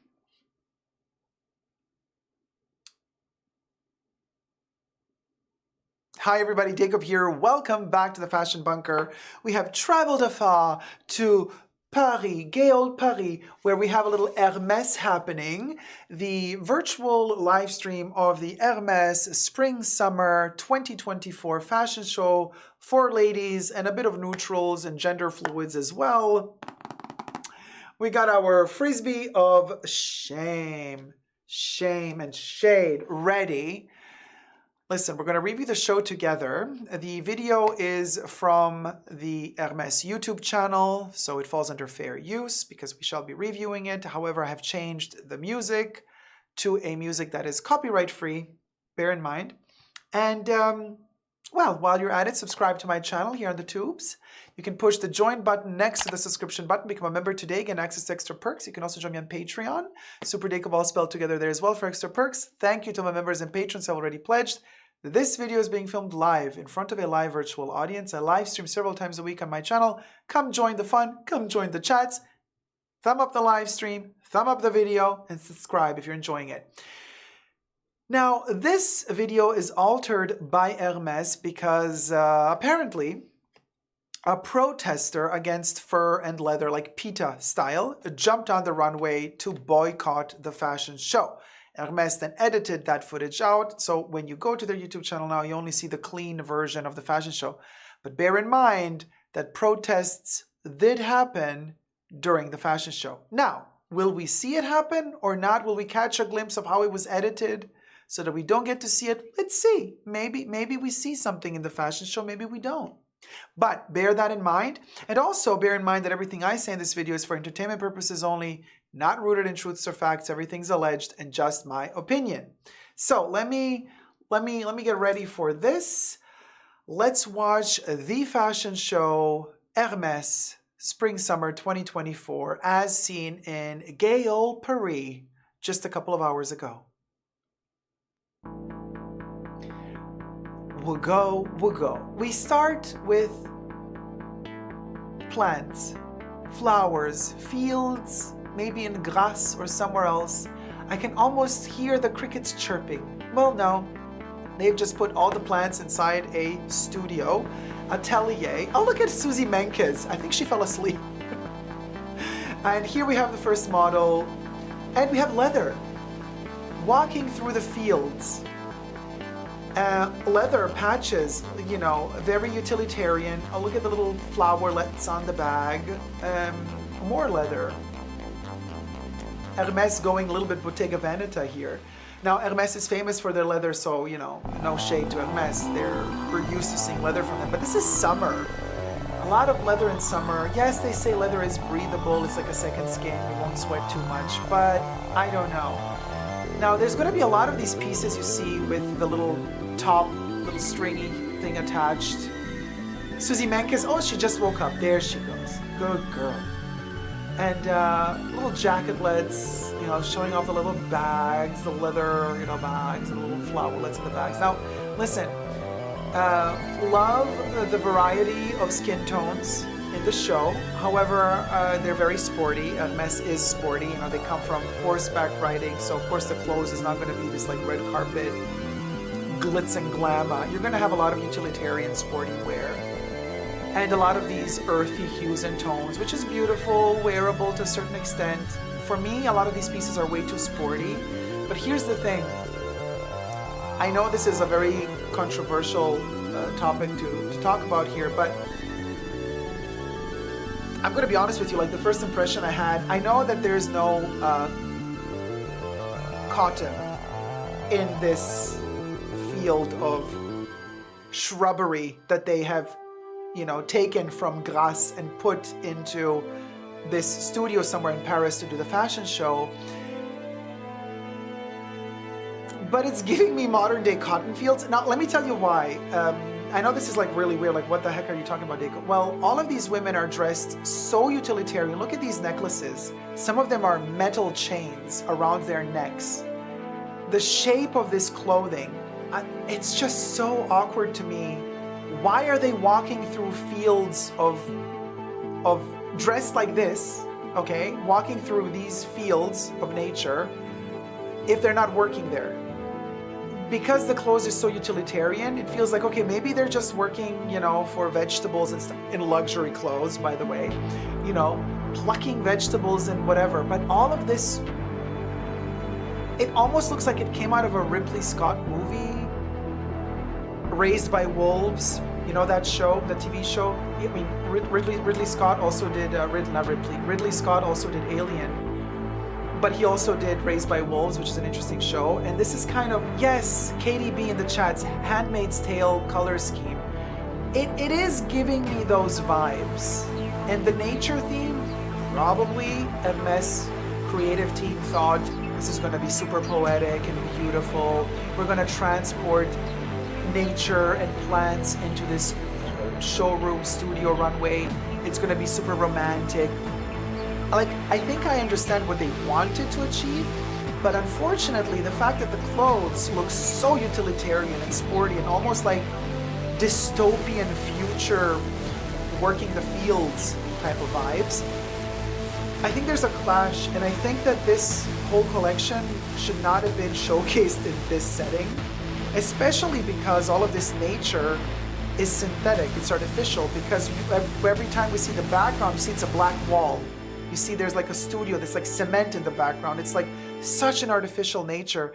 And all of these women, it's like Hunger Games meets Handmaid's Tale meets working the fields, being forced to work the fields. It's not giving me good vibes, but maybe I'm just too brainwashed. And so obviously open to interpretation here, but especially these really tight things around their necks with that one string hanging in front, like a lot of the garments have, is definitely giving me very suffocating vibes. Not very easygoing, even though like this outfit looks super chill. The trench or the coat, the manteau is amazing. The manteau is beautiful to see. This chevron pattern, super cute. But again, we got that little metal buckle right there. It's giving me microchip vibes. Control the person, give them an electroshock if they're exit the fields without permission. It's totally, I don't know why. Okay, I don't know why it sent me there. This collection immediately catapulted me into that mind frame. The colors are neutral tones. It almost feels like these are textiles that these ladies dyed themselves in these fields, because they have no other artificial colors to utilize. The patterns seem quite simple.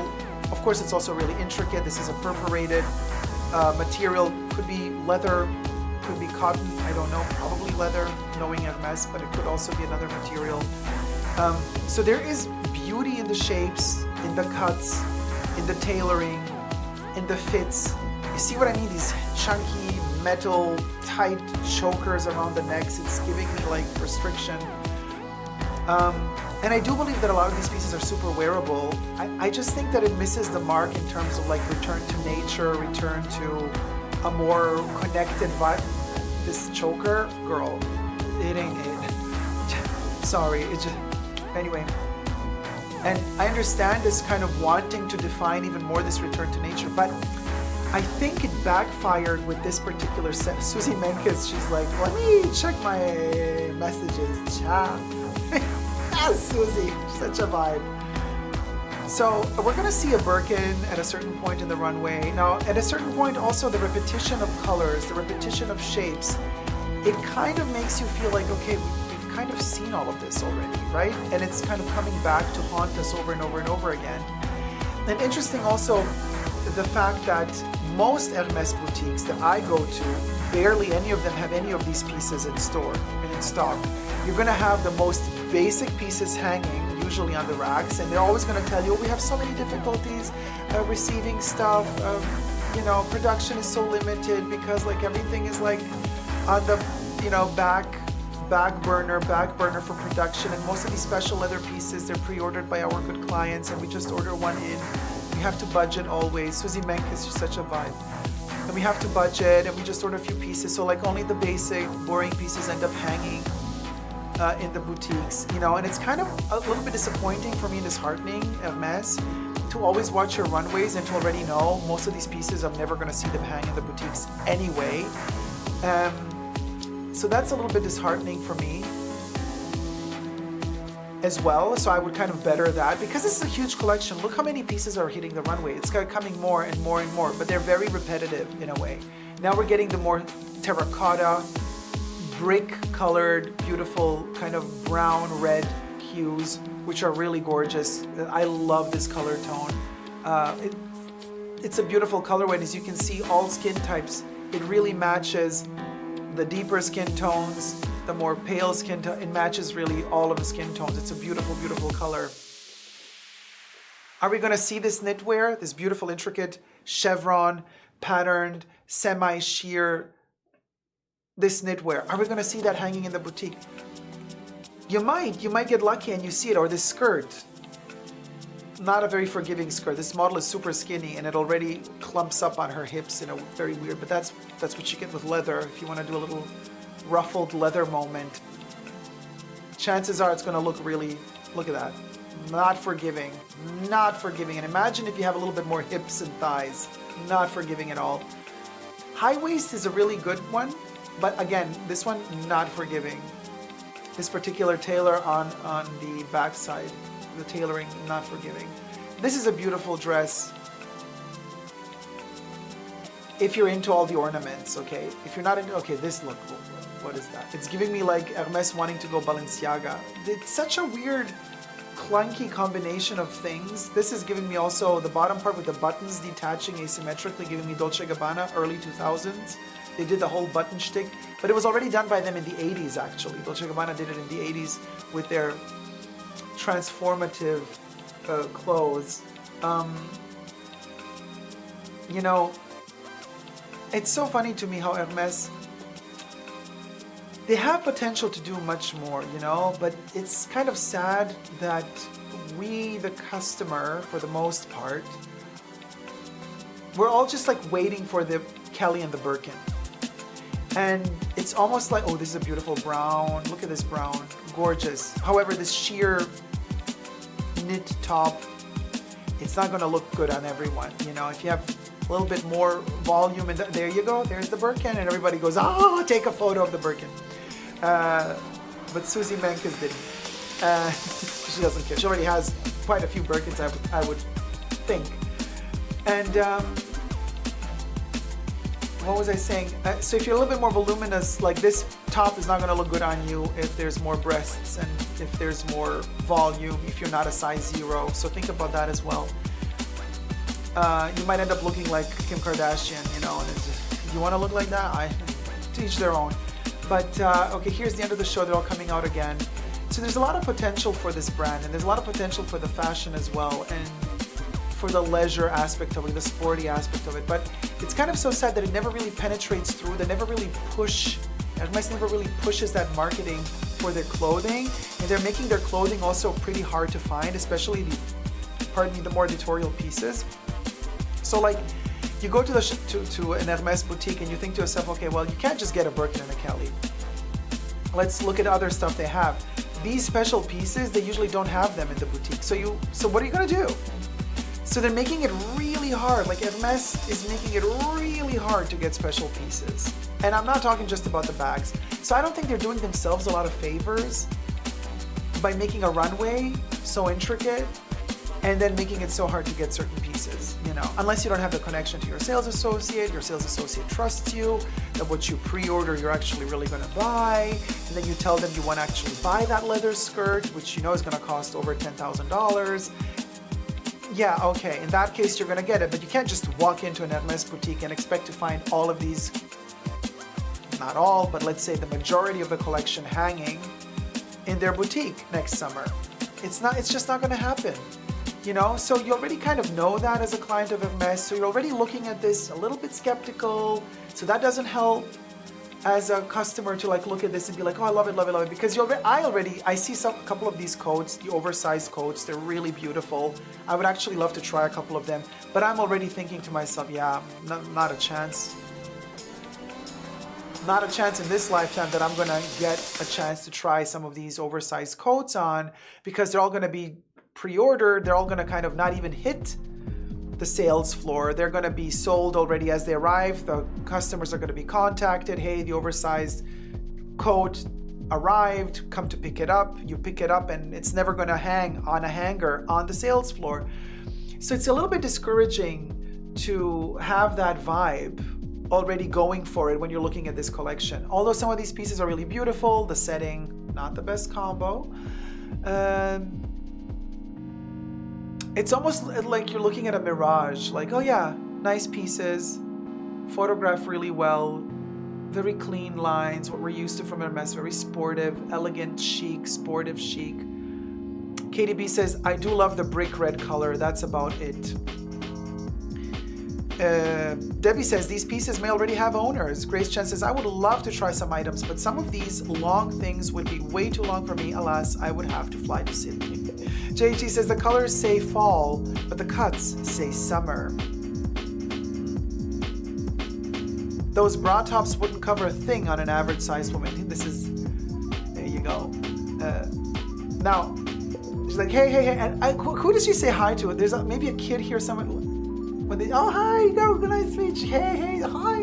When they do that shtick, when they come out on the runway at the end, like politicians almost, like, oh yeah, it's all good, all great. Oh my God, great to see you. What are you doing here? I had no clue you were going to come to my show. Girl, please. Anyway, maybe it was her mom, Katie says. I don't know. The Birkin doesn't fit with the vibe of the show. Not really. I agree with you. Emotion Engine says, I never see Hermes ready to wear in the secondhand market except for Marta Margiela era ready to wear. They probably sold a lot of clothes under his direction. Not too many interesting pieces, but I'd be interested in a long leather dark red color coat jacket, says Ellie. Me too. I think those oversized coats and jackets were the best sellers of this show. They are timeless. Probably the quality is impeccable and amazing. Like, it looks like something I would want to wear personally. Fashion for me also knows no gender. If you can fit in it and you love it, wear it. You know, people come from me like, oh my God, but this is for women. How dare you? Please give me a break. Unisex, anybody ever heard of that? So that's that. My opinion on this show is it has potential. It needed a better setting. The oversized, beautifully flowy trench coats and coats are a must-have if you can afford them and if you have the connection to the sales associates that they can actually order one for you. All the rest we've kind of seen before and we can do without. Let me know your thoughts in the comment section down below and thumb up this video if you've enjoyed it. Until next time, subscribe and never give up on fashion love. Love you loads. Bye. Mwah. Ciao. Steven says, Jacob, it is frustrating with Chanel as well. You usually don't see the runway fashion in the boutique due to the very important customer pre-order clients. Well, I was pretty lucky with Chanel. I always kind of found pieces, but the pieces were just all too tiny at a certain point because Virginie tailors everything really small. Julie says, I found that whole show kind of meh. Like every Hermes show at the end of the day, you know, wearable pieces, some of them, but yeah, sporty, utilitarian vibes. Oh, Yankee Barb says, I saw Brian Boy removing the banner from the protester. Oh, because he wanted to show his support of Hermes. Oh, how noble of him. Brian Boy. Let's just leave it at that. Even though the ones I saw were pre-owned, the prices are still higher, says the, oh, for the Hermes stuff.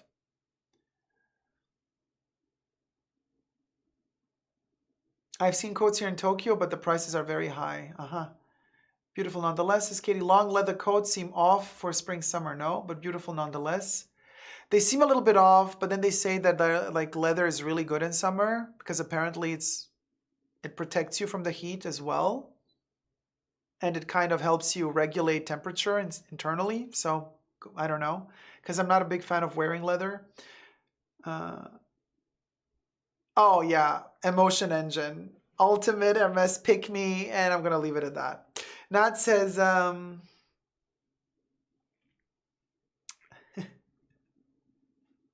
sure. Yeah. I mean, maybe, you know, maybe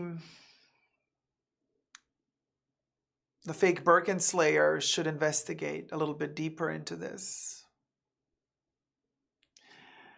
So anyway, even vintage Hermes coats are extortion, says Yankee Barbs.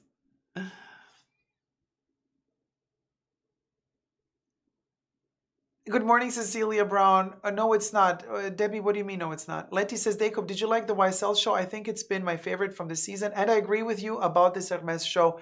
I have not watched the YSL show yet, so I'll let you know. Oh, those Birkins, the shade. Beautiful colors, but too repetitive for me, says Kimberly. Yeah, I agree. It's very repetitive. Very, very repetitive. Speaking of repetitive, I have another topic for you guys. The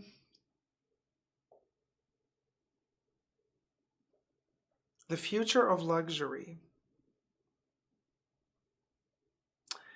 This is so fascinating. Well, there's two more topics I want to do, but the future of luxury. Well, let's do it now, and let's get into it.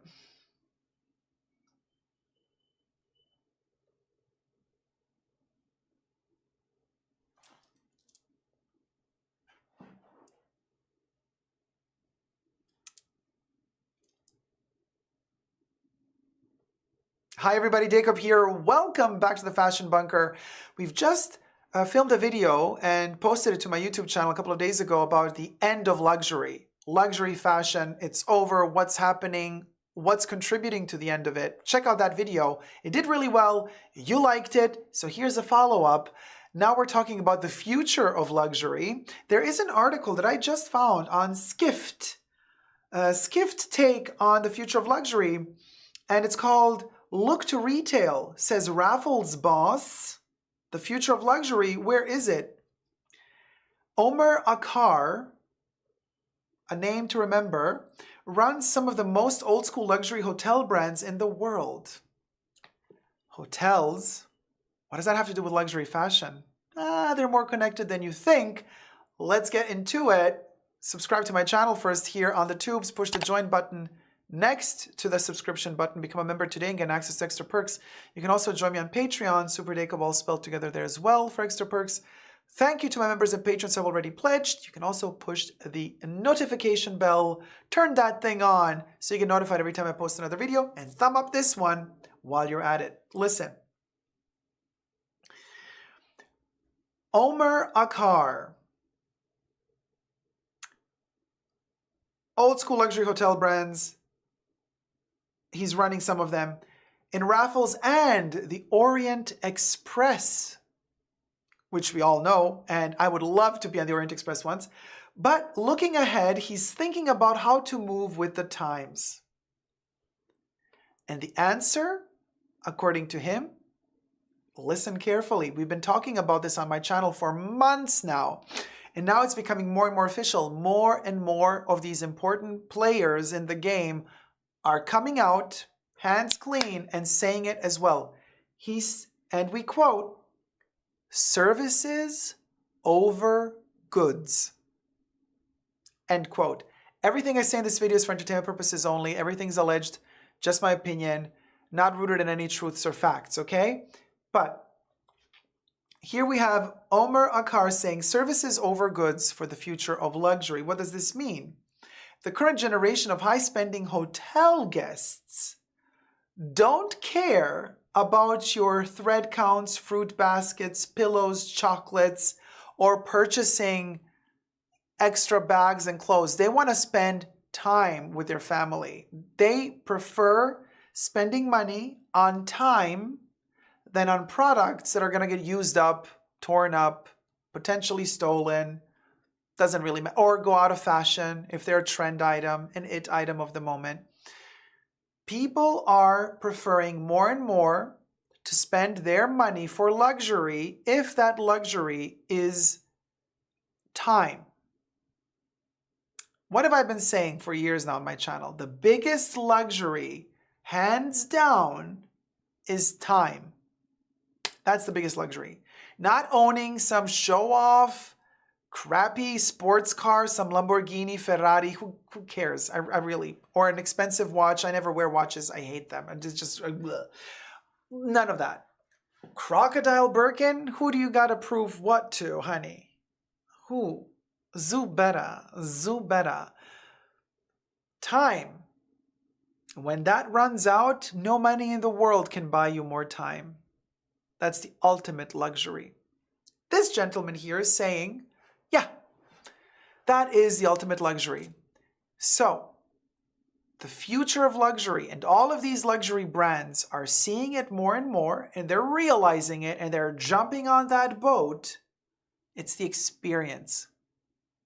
By that experience, he also talks about how it translates into luxury hotels. He has an interesting point to make about that. We're going to get into it in just a second. And when it comes to the fashion luxury companies, they are opening up luxury hotels, luxury spas, luxury restaurants. We've been talking about this. I made several videos on this topic. Dior has its own restaurant in Paris. Louis Vuitton has its own lounge and restaurant at Doha Airport in Qatar, but they're planning to expand on other airports. Chanel has its Tokyo Beige Bar at the top floor of their boutique in Japan. Gucci is opening up luxury Gucci restaurants worldwide where you can, purchase Gucci branded food, coffee, and so on and so forth. They're moving into this more and more because the sales of the actual material goods are dropping. How do you survive? Well, you create an experience. And Omer says, luxury fashion, the future of luxury fashion lies within perfecting, selling a dream, the idea of a dream, the notion of the dream. When you enter the boutique, you have the whole experience. They deliver the coffee, the champagne. You sit down on a couch. You have that intimate moment in time with the sales associate. They give the time to, again, time. It's the shopping experience, which will become less and less virtual. Interesting how we're going into the AI direction, but the true luxury is going to become more and more back to the roots. Coincidentally, vinyl records are having a resurgence.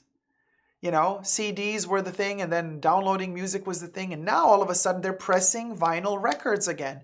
People want vinyl records. You even go to Walmart. There's a section for vinyl records again. And Walmart is always on the forefront of what's coming up. They're for the masses. And if the masses demand vinyl records, you know the jig is up for digital in some way, shape, or form. Very fascinating how our world is splitting and diverging and is parallel running on these two tangents.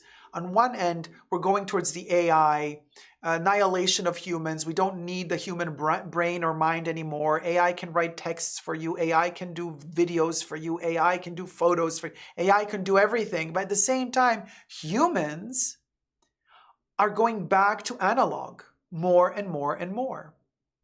So the future of luxury shopping, and this is where I think Chanel was genius already a couple of years ago when they said, we're not going to go into the online world. We're not going to sell our clothes and our bags and small leather goods online. We're not going to do that. And they were the only luxury brand that did not go that route.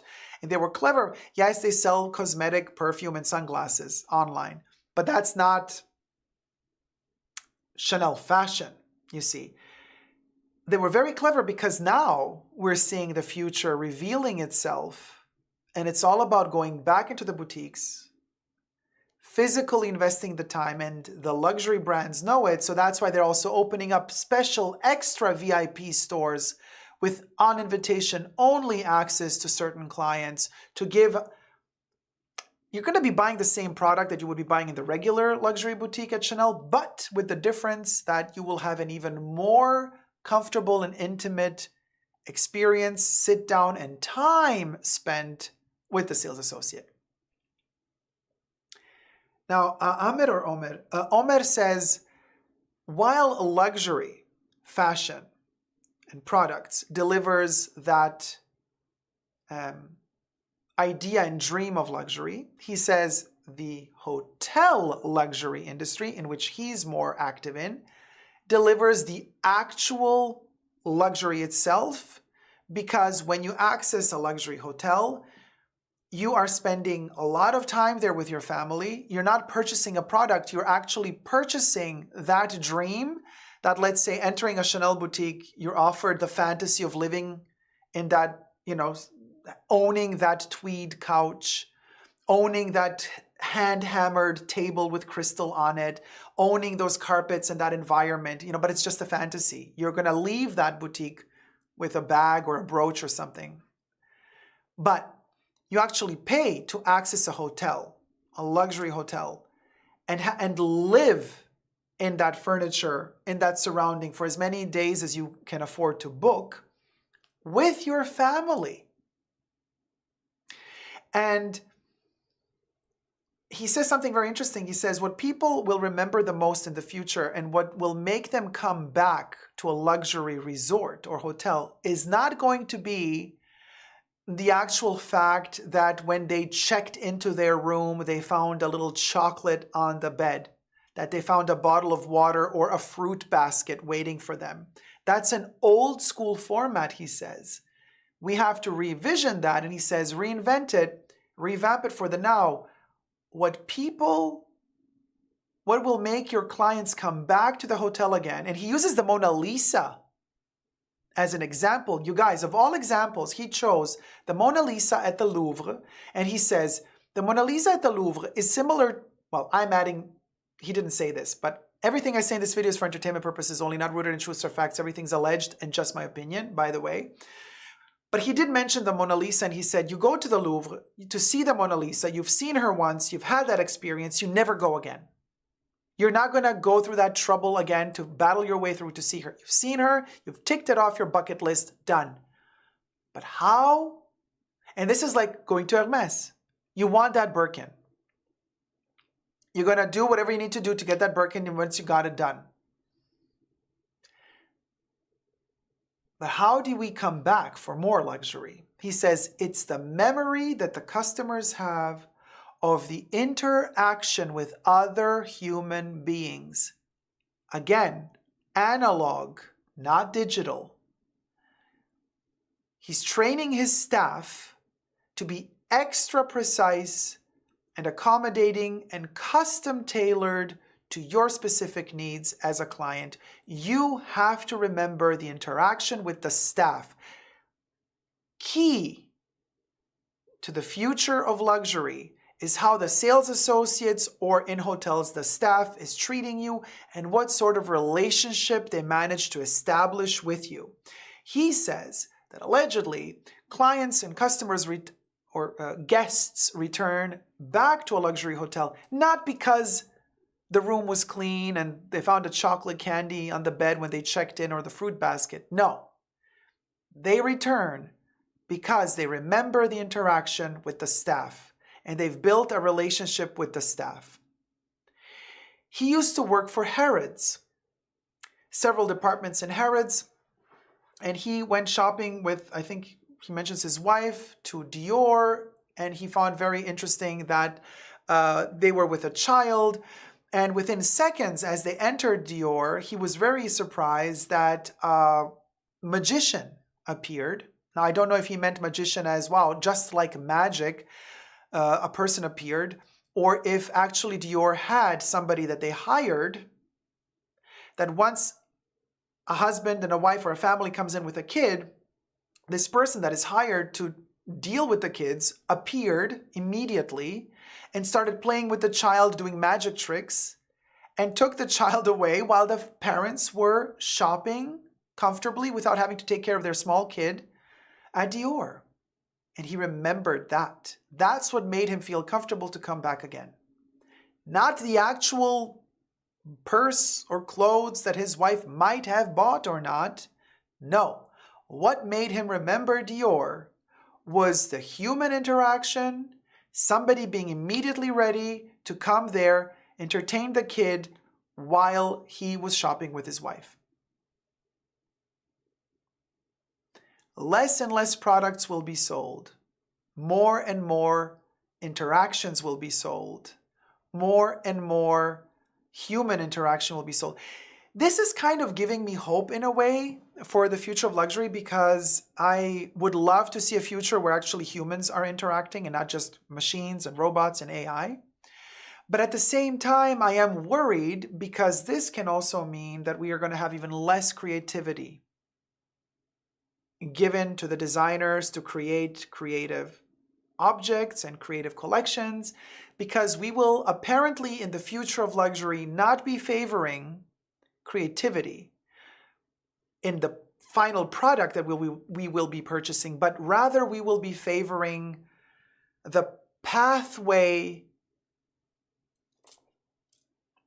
the journey towards the purchase. We will be paying for the journey towards the product. The product itself is going to be relevant. It's the whole experience surrounding the product. So, in a way, and this is so fascinating to me, the future of luxury is becoming, luxury will be more ethereal, ungraspable materially speaking. And yet at the same time, it will become more analog, because the interaction is, if you're going to be able to afford luxury, the true luxury will be to have the money to pay for the time you will be spending with other real human beings interacting with you in these stores. If you're going to have the dime to spend on shopping at Dior, well, the sales associate will have time for you then. Same applies for hotels. Same applies for a resort. And to not forget Gen Z, analysts are working on this already hardcore, determining the fact that Gen Z prefers experiences over material goods. They can, however, also really enjoy sustainability, hence meaning they can also really enjoy second-hand, pre-loved purchases. It's more sustainable. You can save some money there as well. So Gen Z is like, yeah, buy material stuff, but buy it pre-loved. For the rest, my hard-earned money, I'm going to spend it on experiences, sharing the biggest luxury in the world, which is time with the people I love, or getting to know people that I like. We've come full circle, you guys. I've been saying this for years now, time is the biggest luxury. Now more and more articles are popping up where people are mentioning exactly that notion and concept as well. We are experiencing the end of this materialism in a way. I still, for the love of me, don't know how certain luxury YouTubers can get hundreds of thousands of views doing the same old unboxings every week. Here's a green Birkin. Here's a yellow Kelly. Here's a blue Birkin 25. Here's a mini Kelly in pink. Oh, guys, I can't believe I just got a Birkin 30 in tomato. Okay. Oh, here's my $50,000 haul from Louis Vuitton. Let's unbox this together. It's so obsolete. It's so dated. It's so old, this whole concept, that I really don't understand why they still keep getting views. Why are there still people out there that care about this? We're somewhere else, people. We're already in the future. The future is now. And there's way more interesting topics when you're talking about luxury and fashion and the future of it than doing yet another Hermes unboxing, yet another Chanel bag unboxing, yet another. Oh, let me show you my denim Chanel bag with the snot sequins falling off. Really? Are we really still doing this? That's so obsolete, you guys. Come on, step up your game. You owe it also to your subscribers at a certain point, because the jig is up. The jig is up. Yes, Booger Couture, baby. You best believe, David. Spirited Chaos says, another layer of what we're understanding about our humanity post-candy cane. Definitely. And by candy cane, we mean the virus that was happening. It's just a code word for it on my channel. We call it the candy cane. Yes, people are waking up. People are waking up. People are waking up. Coco Chanel herself, revolutionary, used to say, the opposite of luxury is not poverty. The opposite of luxury is vulgarity. It's nothing to do with the money. And the best things in life are free. Second best, very expensive. So, Zubera. And enjoy. Enjoy life. Enjoy the fun times. You know what I mean? Enjoy the fun times. Because life is really short. The biggest luxury you got is time. Don't waste it watching 50,000K hauls and unboxings, thinking to yourself, what did I do wrong to not be able to afford it? You did nothing wrong. You did nothing wrong to not be able to afford it. Ask yourself, how can they actually, truly, really afford it? Or who affords it for them? Keep it real. Love you loads. Let me know your thoughts and prayers down below. Thumb up this video if you liked it. Don't forget, never give up on love. Subscribe. Bye.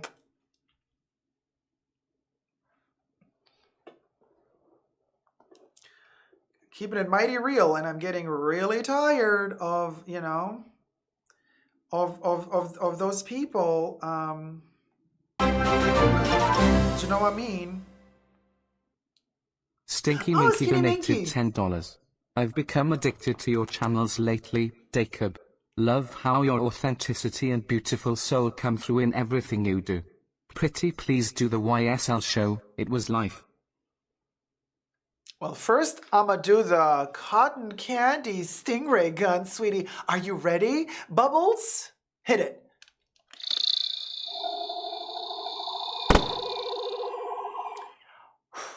Oh, titillating, darling. Thank you so much for the tip. Much appreciated. By the way, quick note, just to let you guys know what happens with every time you scan and you tip Jacob and the Fashion Bunker.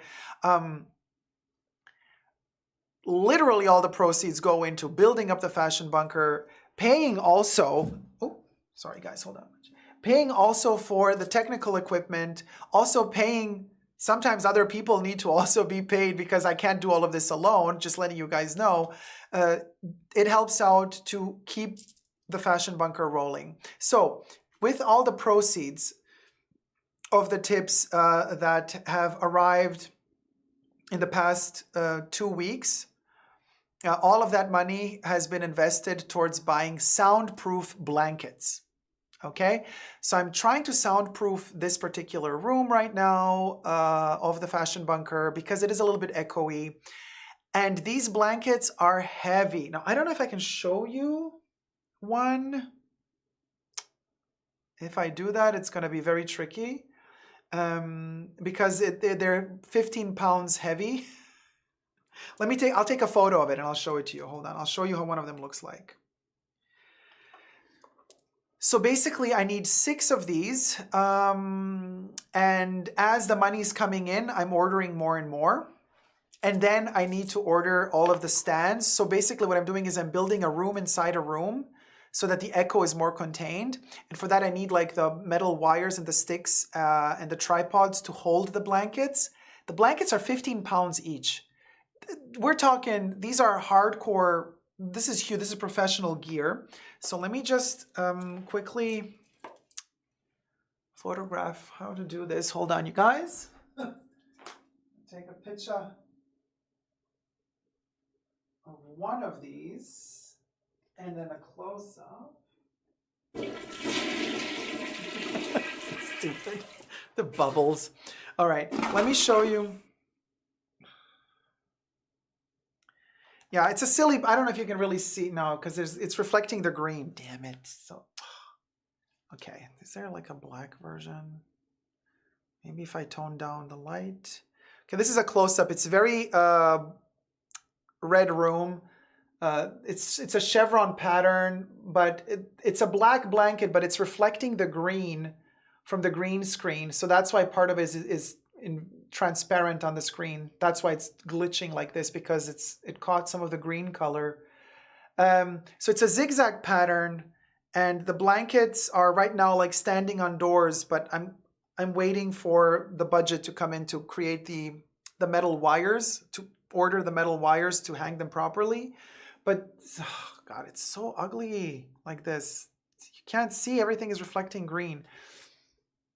But anyway, you catch my drift. These are ginormous black curtains.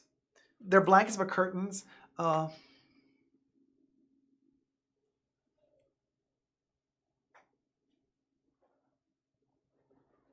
There you go. So maybe at an angle you see it a little bit better. It doesn't matter. And they absorb sound. So once we have the whole setup all around me, we're going to have these curtains on all 4 sides of the room.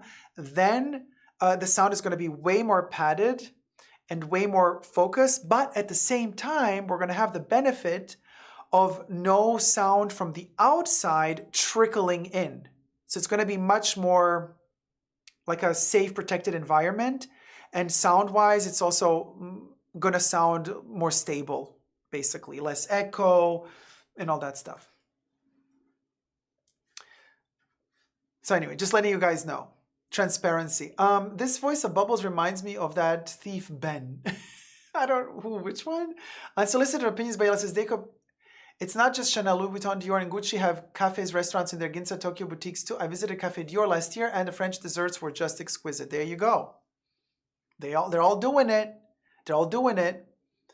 Hey, Tarima. No, you're still here. I mean, we're still here. The live stream is still happening. Unsolicited opinions, I need to go to one of these. Vivian Westwood, Anglomania, has cafes in South Korea, which I would love to visit. Oh, Oshidi, I'm going to take that as a compliment. Jacob, you look like Letizia Casta from Vuitton 2010 show. Live in Ferret, thank you. I'll take that as a compliment. Letizia Casta is amazing, by the way. Shopkin says, well, your akin looks amazing, especially with your current background. Thank you.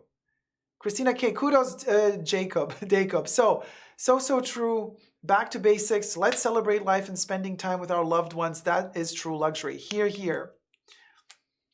Yankee Barb says, so like a real World War I bunker. Yes, very much so. Very, very much so. Ben, the dude who stole your video. Oh my God, Debbie. No, his accent is Manchester. He would talk like this. Always like I'm saying something. Like that, you know. He would be like everything Liverpool. Yeah. That way of like talking of like almost like excusing yourself for lying type of vibe in the voice all the time. Like, I'm innocent. Here's how you pronounce that, right? And then click to my video how to pronounce Elsa Schiaparelli. So we'll go. I mean, IYK, honey. IYK. Speaking of luxury and the future of luxury, I have another one for you. Let's do this.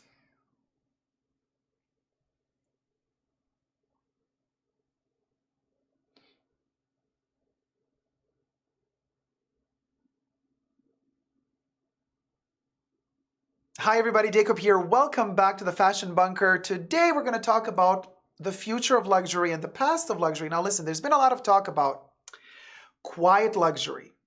And it's come and gone. We're already bored with it because we got the attention span of a fruit fly and the Gwyneth Paltrow ski accident case. It's been what, 2 months? 2 months is like eons ago in the fashion world. So quiet luxury was in, it's already out. Plus the economical crisis, it's really bad. And why do we have to wear boring clothes in a time where, you know, you can barely afford anything anyway? Might as well wear color, you know. Light it up a little, I say. And let's hope that more and more designers are going to kind of jump on that wagon of lighting the world up a little bit, ablaze. If we're going to go down, honey, let's go down dressed for the nines. This is what I say. But speaking of the future of luxury, quiet luxury is not in the equation for now. But as PYMNTS reports, Walmart is at the forefront of affordable luxury. Now, that's a concept for the future. We've already talked about this on my channel. Do you remember? A couple of months ago, we made a video together about luxury bags that were found at Costco.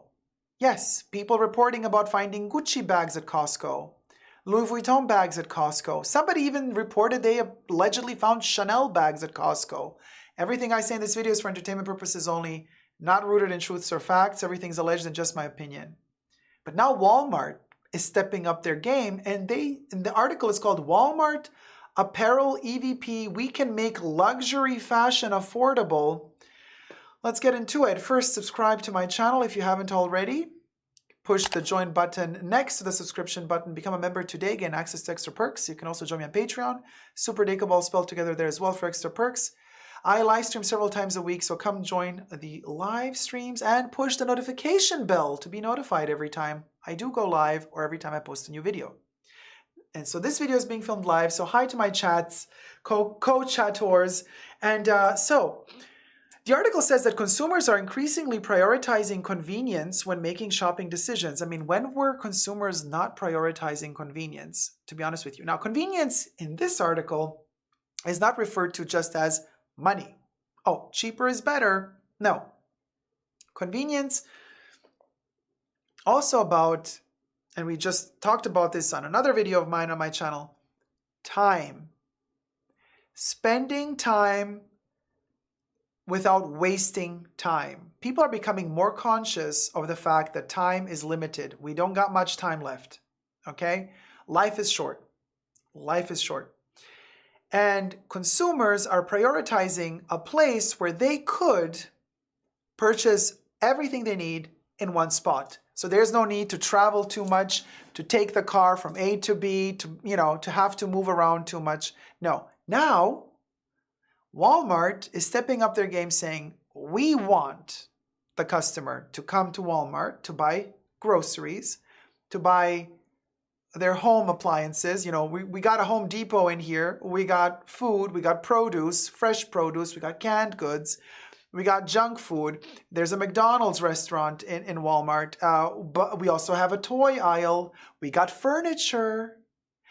We have, a dishwasher. We have a vacuum cleaner. We got plates. We got beds. But we also have beauty products. We also have a pharmacy. You can buy your meds here, but you can also buy your makeup here. You can buy your cream. You can buy your shampoo. You can buy your shower gel. But also, you can buy shoes. You can buy pajamas. You can buy clothes. Now, up until this point, and I didn't know this, I found this really interesting information that the article disclaims that Walmart would be focusing on its own brands and its own kind of branded goods and a couple of external pieces, but that they would be limited to 14 brands at a time. And now they want to expand to showcasing more clothing, introducing mannequins to their sales floor. Mannequins that would be dressed up in the clothes so you get an idea of how to combine the pieces, because styling is also an issue. Not everybody has the time to figure out how to style what piece with what. And Walmart's formula, this is what they call it, Walmart's formula for democratizing fashion. To achieve this goal, Walmart has developed a strategy comprising 3 essential components. Let's see what those components are. The first one, substantial revamping of the product assortment. Within this aspect, Walmart has adopted a multifaceted approach. The lady responsible for this, named Incandela, said Walmart strives to introduce, allegedly says, to introduce a diverse range of affordably priced products and has allocated significant resources to its design teams. Design teams are being brought in to enhance both the quality and style of these budget-friendly offerings. Walmart boasts a portfolio of 14 private brands, with 6 of them exceeding $1 billion in sales.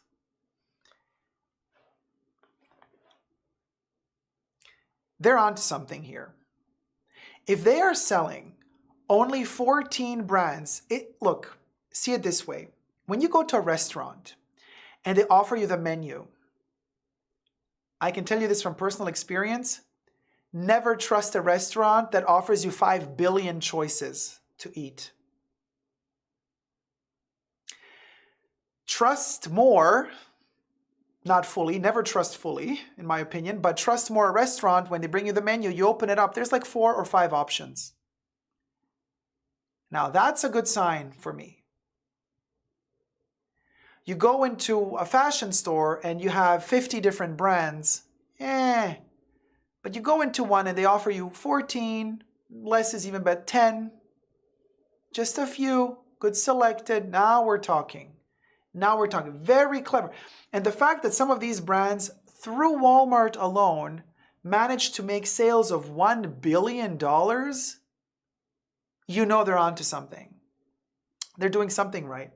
The second facet of the retailer's strategy involves the development of elevated private brands, often referred to as exclusive brands, and this is where the luxury comes in. Walmart has strategically partnered with celebrities, and here is the how to make people think, like give them the impression that what you're selling is valuable. Pay famous people to promote your brand. They're mentioning authorities such as, they have partnered with authorities such as Brandon Maxwell, who is Walmart's creative director for Scoop and Free Assembly, Sofia Vergara, Michelle Smith, and Stacy Griffith.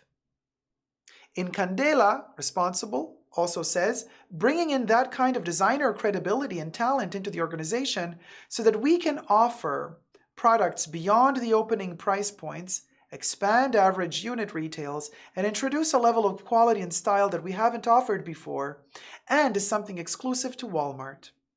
The third and final element of Walmart's strategy is incorporating well-established national brands into its product offerings. So they're going to work with Reebok, Justice, Chaps, USPA, sportive brands, but logos, branding, visibility. In other words, recognizability. That resonate with its customer base. This expansion of national brands addresses customer demand and represents a departure from Walmart's previous, more limited offerings in this category.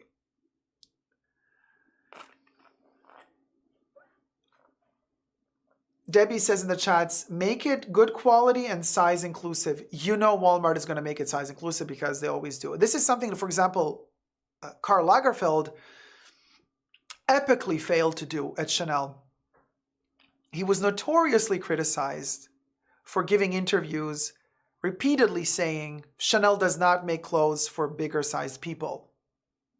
You know, Chanel makes, from a size 0 to, I don't know. You got to stay skinny if you want to wear Chanel.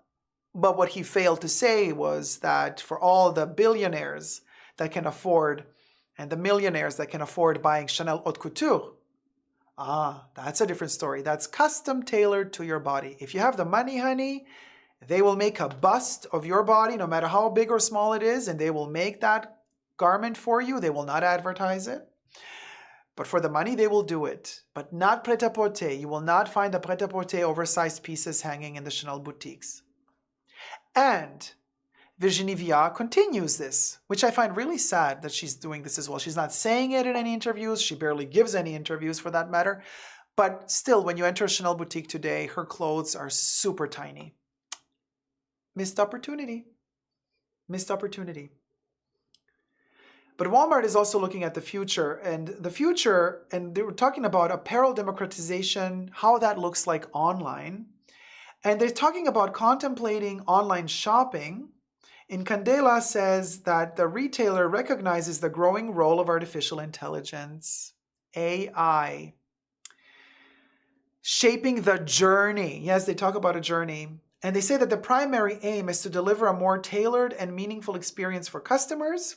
And within the context, the potential applications of AI are manifold, including its utilization in product attribution.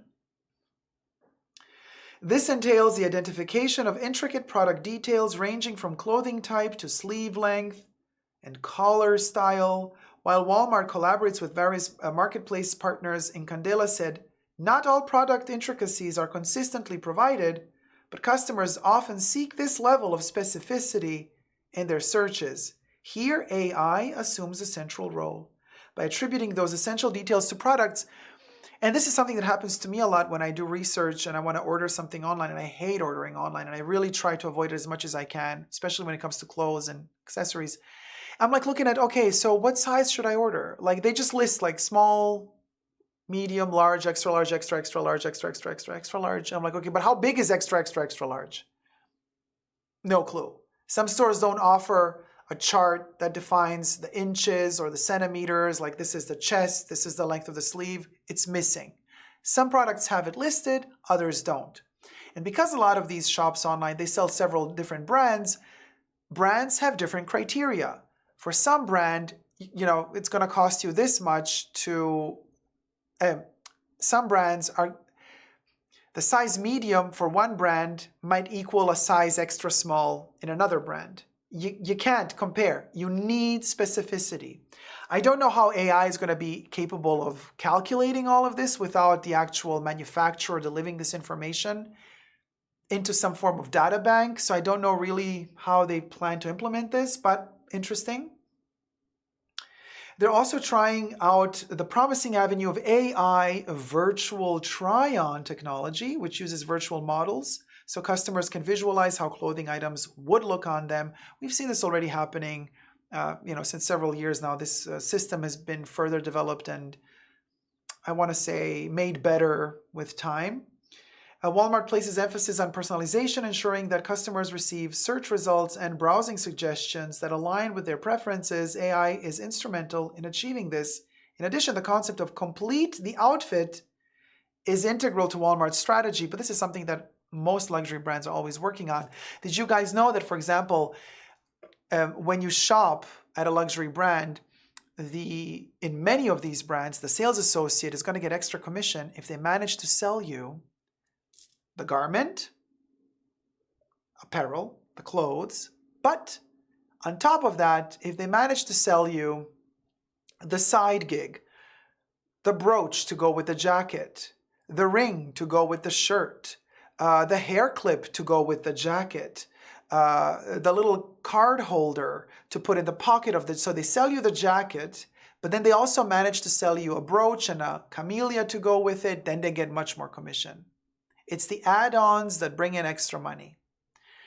And the pricing strategy of that so-called add-on has to be very, very clever.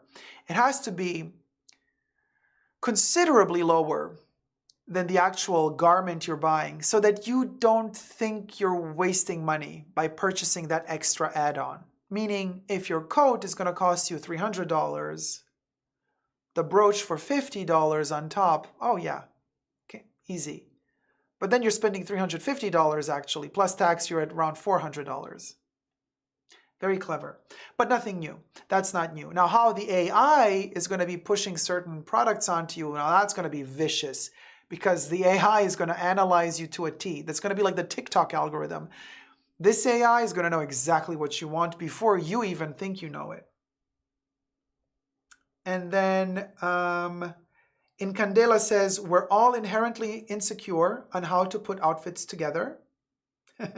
Who believes this is where tools like mannequins come into play? By providing guidance on how a particular garment can be styled, it instills confidence in customers and it promotes cross-shopping. An important facet as it simplifies the shopping experience akin to having a personal shopper in the store. And how this all plays out in the store? She says we are on a journey right now. Describing the progress of Walmart's store renovation efforts, we really focused on creating an inspiring shopping experience where the product is the hero. To achieve this, she says, Walmart has opted to reduce the inventory on its racks by 10%. This is what Chanel is doing as well in their boutiques. They're reducing the quantity available in the stores. They're reducing the SKUs, the SKUs, technical lingo, of the collection itself, so that focus can be placed more on individual pieces while you're shopping. Very fascinating. Very, very fascinating. 10% less product. And Walmart has removed price tags from the front of its brand shops, which house premium national and exclusive brands. This allows the products to take center stage. They're trying to make you forget about the price. The goal is to provide customers with more than just affordable clothing. It's about offering beautiful apparel, democratizing fashion while delivering value, so they say. This approach extends to the in-store environment where Walmart has introduced mannequins to create an inspiring and uncluttered shopping atmosphere. And they are in the process as of now to remodel 100 stores within this year alone. And the goal is to exceed 300 more remodeled stores by the year's end.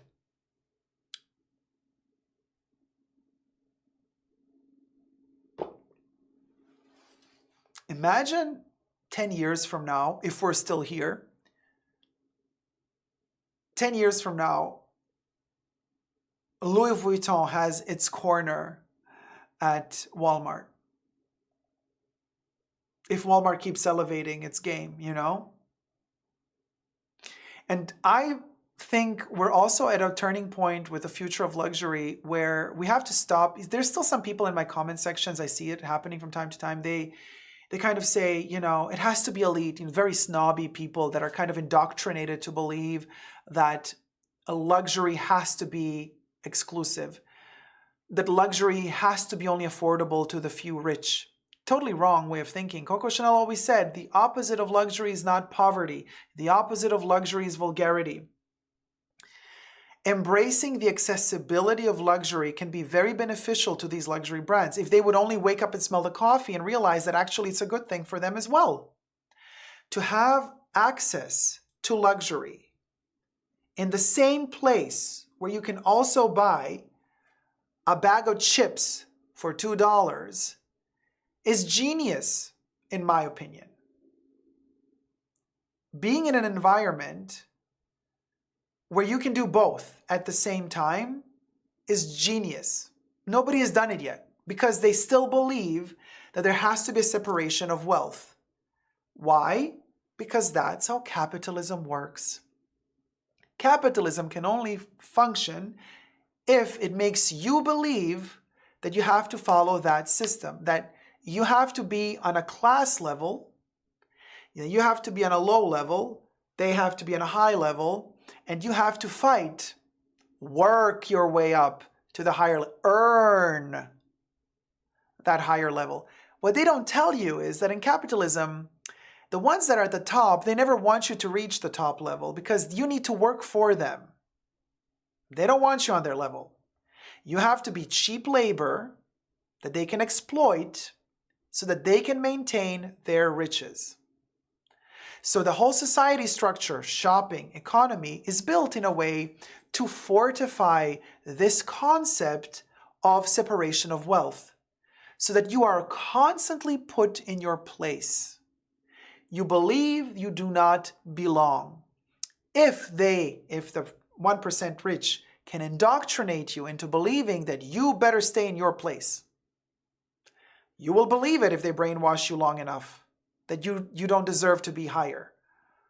So you cannot access a Louis Vuitton shop or a Chanel shop or an Hermes shop because you're not worthy. So heaven forbid we were to mix Louis Vuitton with Walmart. Doesn't work. The lower class, working class going to Walmart, they can't go to Louis. It doesn't work for the concept of maintaining capitalism alive. But if you stop separating, if you actually start integrating everything and you start merging all those layers into one, well then every human being realizes sooner or later, they start realizing, hold on, I'm worthy too. I am worthy. And these brands are kind of playing into this concept of the separation of wealth, separation of the class system, separation of the social structure. But they're making a mistake. This is long-term detrimental to them. Sure, they milked the cow as long as they could, but the future of luxury is not in the separation. It's in the unification. Because we're at the end stages of capitalism anyway. One ruler, one ring to rule them all. And then once you've done that, the whole system collapses and starts rebuilding all over again. It's like the Big Bang Theory. The big explosion, expansion of the universe expands to the limits, it implodes again, disappears, and reappears again in a Big Bang. We're at that limit of the stretch out of the expansion right now, and it's all going to implode. Because people are sick and tired of this. The little man. Yeah, you keep calling him the little man. But honey, the little man, if the little man grows 2 brain cells more than they have now because the little man unfortunately is kept dumb for a reason, if the little man were to wake up and realize unity is strength, then all of a sudden the little man is united and you have billions of little men standing together, creating a fortified unity. That's not little anymore. That is the majority. The little man is the big man. The little man just needs to wake up and realize that and reclaim power into their own hands. And then the 1% those morons that keep brainwashing you into thinking that your place is down there working for me for minimum wage, well, then they don't stand a chance anymore. But only then, only once you've reached rock bottom and you unify, only then will the revolution be worth the fight, the battle, and the war. Because at this point, it's not about winning one fight. It's not about winning one battle. This is about winning the war. How about that for Future for Luxury? Let me know your thoughts down below. Thumb up this video if you liked it. Until next time, never forget to never give up on love, no matter how hardcore that war is. Never give up on love. Love you loads. Bye.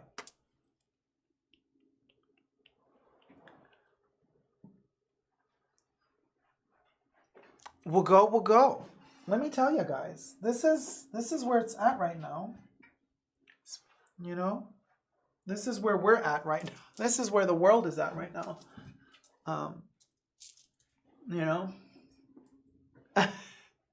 will we need purchase history with Walmart to step into the store now? Could you imagine? Probably. No, but that's what I had to say. I'm really looking forward to sharing with you the new Halloween merch, hopefully coming super soon. I know a lot of you have been asking Ferret, and we're a little bit late with it this year, but I've been like really busy and like buried with stress and work. So my apologies, but it is coming. No pun intended. What if the future is entropy? I hope not. No, David, it's not. Absolutely not. I forbid it. Great.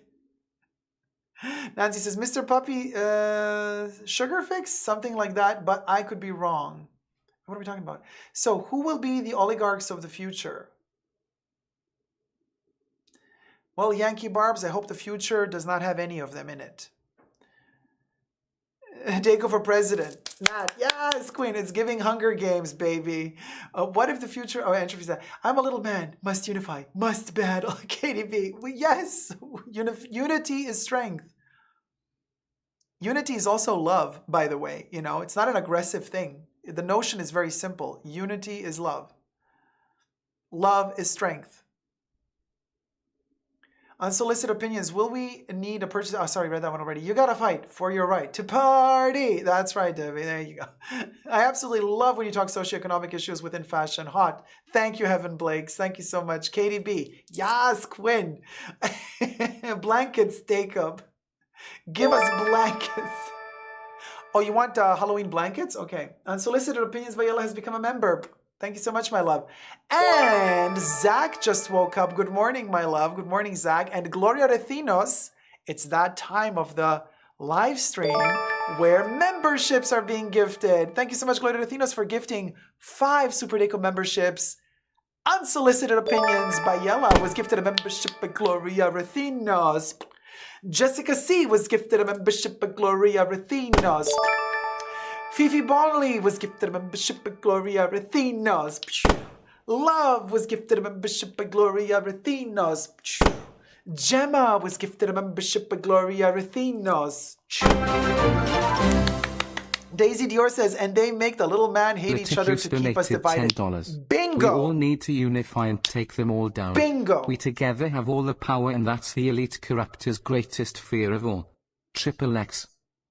Oh my gosh, Debbie, I hear it now. It does sound like Ben. Let me read this one. Let it Luce. Let me read this one again before we get into Nanzi's Super Deco memberships. Hold on. We all need to unify and take them all down. We together have all the power, and that's the elite corruptor. Wait, I have to read this one. Where's the text? Okay. We all need to unify and take them all down. We together have all the power, and that's the elite corruptor's greatest fear of all. Sweetie, are you ready for the cotton candy mind-boggling gun? Hit it, Bubbles.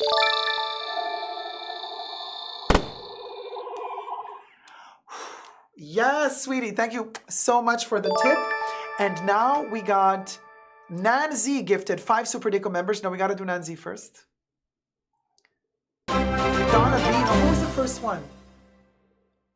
No, go Latikios up, donated higher. $10. We all need to unify and take them all I just down. read this one. We together It's have all mixing the up. power, and that's Donna the B elite gifted corruptor's 5. No, can we greatest scroll fear up of all. a little bit? Triple X. Okay, there. No. Nan Z gifted 5 Super Deco memberships. Pam McNeil was gifted a membership by Nan Z. Evelyn Rodriguez was gifted a membership by Nan Z. Dorcia S was gifted a membership by Nan Z. Katka was gifted a membership by Nan Z. Jen O was gifted a membership by Nan Z. And now Donna B has gifted 5 Super Deco memberships. Alberto was gifted a membership by Donna B. Deborah was gifted a membership by Donna B. Tam was gifted a membership by Donna B. Sigita Johansson was gifted a membership by Donna B. Nico S was gifted a membership by Donna B. Yay! We got them. We got 15 new Tier 1 members. Welcome, everybody. You will be a member, a Tier 1 member. You have won a Tier 1 membership for 1 entire month. If you like all the perks that you see, consider continuing the membership after the 1 month has ended. And don't forget that the first Saturday of every month, the live stream pre-show, which also happens on a Saturday before the main show, is also open to Tier 1 members. Usually every Saturday is open to Tier 2 members and patrons only, but the first Saturday of the month is open to Tier 1 and Tier 2 members and patrons, which means that the next Saturday that's coming up is the first Saturday of October, and it will be that Saturday that the pre-show live stream, which will be around 2 to 3 hours long, will be open to Tier 1 and Tier 2 members. So all of you 15 new members, don't forget to tune in next Saturday for the pre-show, and after that, the main show. Congratulations. Welcome. Now you got the emojis and you got the badges as well. Yes, queens.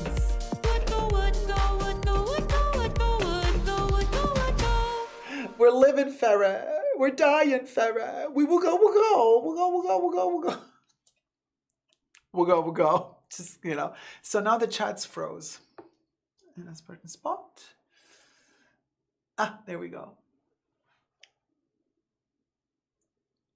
Zach says, what happened with Bublé? She lost the French accent and changed gender. Yes, Zach. Bublé is now a Liverpoolian. And Debbie, you were totally right. It totally sounds like, it totally sounds like Ben.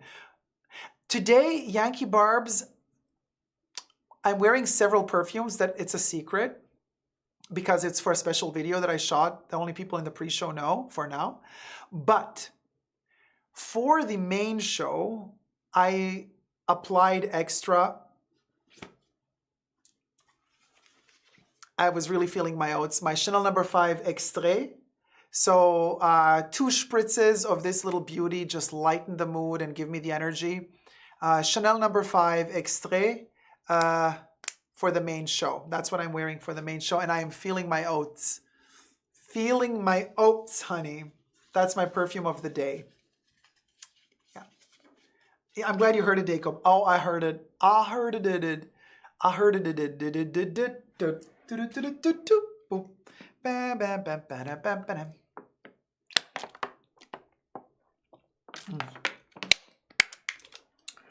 Sugar balls.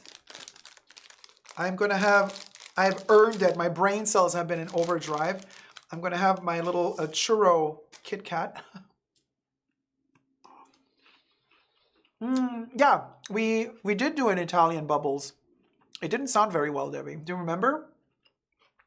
Oh, David, you missed the pre-show? No worries, I'll be reposting it.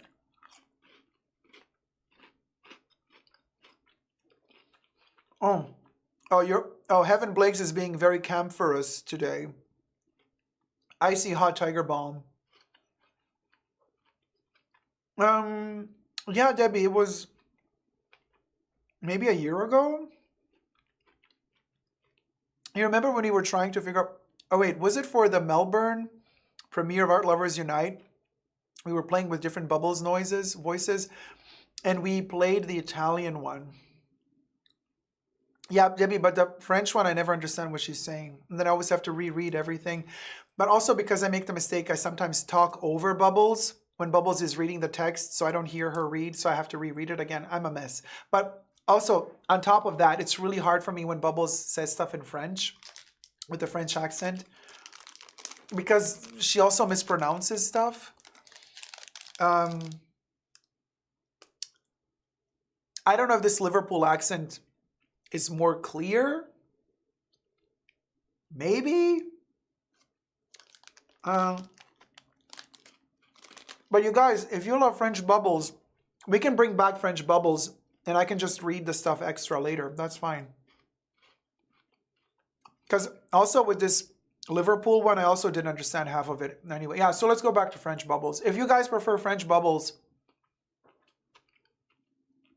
we can do French Bubbles. Because I don't understand her anyway. Yeah, KDB, yes, it's a churro Kit Kat, not sponsored.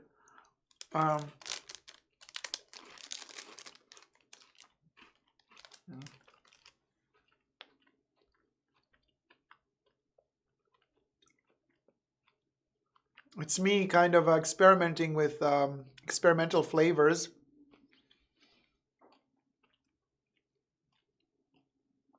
That's the one, churro, limited edition flavor. It's not the best, okay? You know what I mean? It's like, the concept of it is amazing. Ooh, churro Kit Kat. The flavor is like, we'll go. You know what I mean? We'll go. And Letty is going through some heartbreak at the moment. It says, it's so weird at this moment in my life. I don't want to wear any of my perfumes because I'm afraid they'll remind me of this pain. Letty's going through some stuff at the moment, and she is moving from continent to continent. Letty has been working for fashion in the fashion field in a fashion magazine, and she has quite a few fashion products, makeup products, luxury makeup products. She has a lot of them, and she cannot take it all with her on this move from continent to continent. So she asked me kindly to share with you the information that she is now in the process of selling a big chunk of her collection. And if anybody is interested in purchasing anything from Letty, I'm going to show you now Letty's Instagram account. She's selling it through Instagram. So just contact her directly through her DMs. She has made her account public. It's usually private, but she made it public. So if anybody's interested, this is Letty's... hold on a minute. This is Letty. Why is it doing this? Oh, okay. This is Letty's Instagram account. You can see some of the products. She's adding some products throughout the live stream as well. Little Chef MX. Here is her name on Insta, Little Chef MX. Go check her out on Instagram and scroll through the photos that she's posted of some of the products that she's selling at the moment. I am not earning any commission from this. I'm not selling this. This is purely Letty. I'm just helping her out to raise awareness that she wants to get rid of some stuff, beautiful things, and she wants them to find a new home before she travels to a new continent. She did tell us in the chats publicly that she is based in Canada. So shipping would be from Canada. I am not claiming any authentication or anything from any of this, so obviously you deal with all of that with Letty. Letty, however, states that all of her products are authentic. I'm just referring to you guys. I'm just helping a friend out here who's in a bit of a pickle because it's a tough titty to move continents like that. You know what I mean? Like, it's a huge endeavor to shift from one entire environment like Canada all the way to a whole other continent, whole other atmosphere, whole other culture, a whole other weather, climate. It's a big thing. So anyway, there's some really cool stuff I've seen here. I am particularly and a lot of you, I don't know, Letty, have you already sold the Color Codes nail files? But we got that green sage, the one that's transparent on my green screen. And then there is the Cavalier Seul, the Lonesome Chevalier. Then I think the other one is the apricot. Is that Oh, it's hard to see the colors. I think one is Incendia, the incendiary color, and then the orange one is the, forgot the name. What's the name of the orange one, y'all? Mejor sola que mal acompañada, as mi abuelita would say. Yes, all better alone than in bad company. Totally agree. Totally agree. There's some Givenchy makeup. Oh, here's a little Dior moment as well. You can check out. You see, Soletti opened them all up to show you that they're all unused.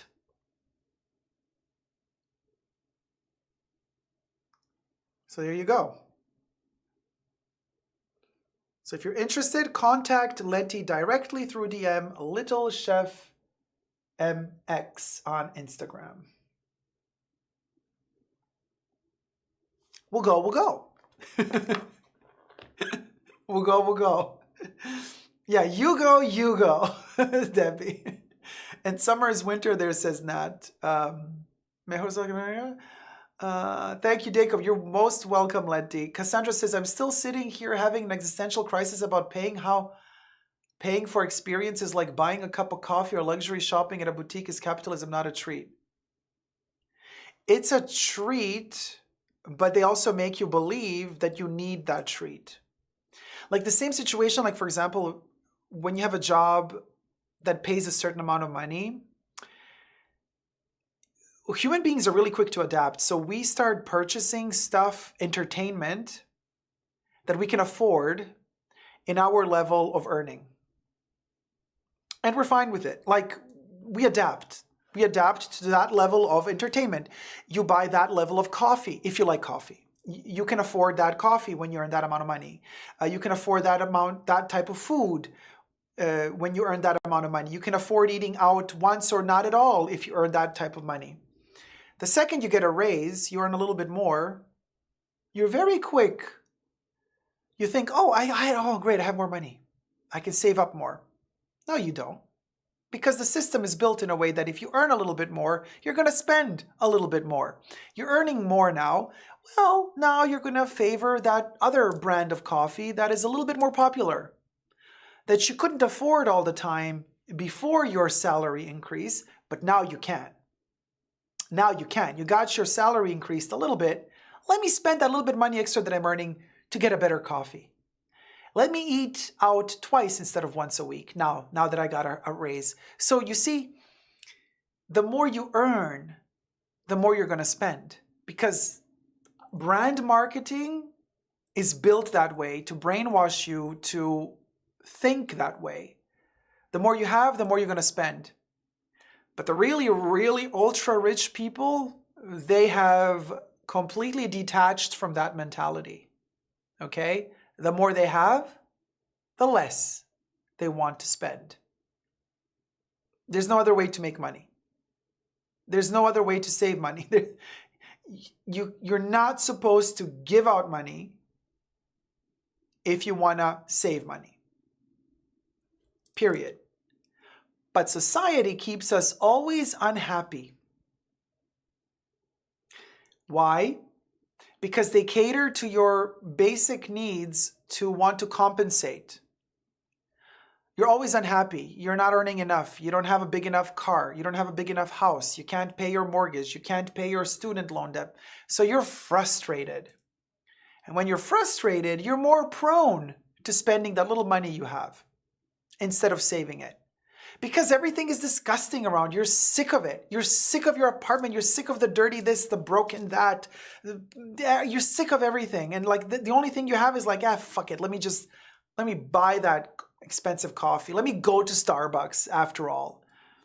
The system wants you to be unhappy to the point of making you spend more. Because when you're truly happy, you don't need anything. When you're truly content, it doesn't come into your mind to buy more, to fulfill that void, to try to fill a void that you'll never fill with products. But it's great for the system because the system wants you to keep spending. So they keep you unhappy so that you will keep spending. That's why your salary is never going to be big enough. School is never going to be really affordable. Healthcare is really never going to be affordable. You have to stay unhappy in order to keep spending.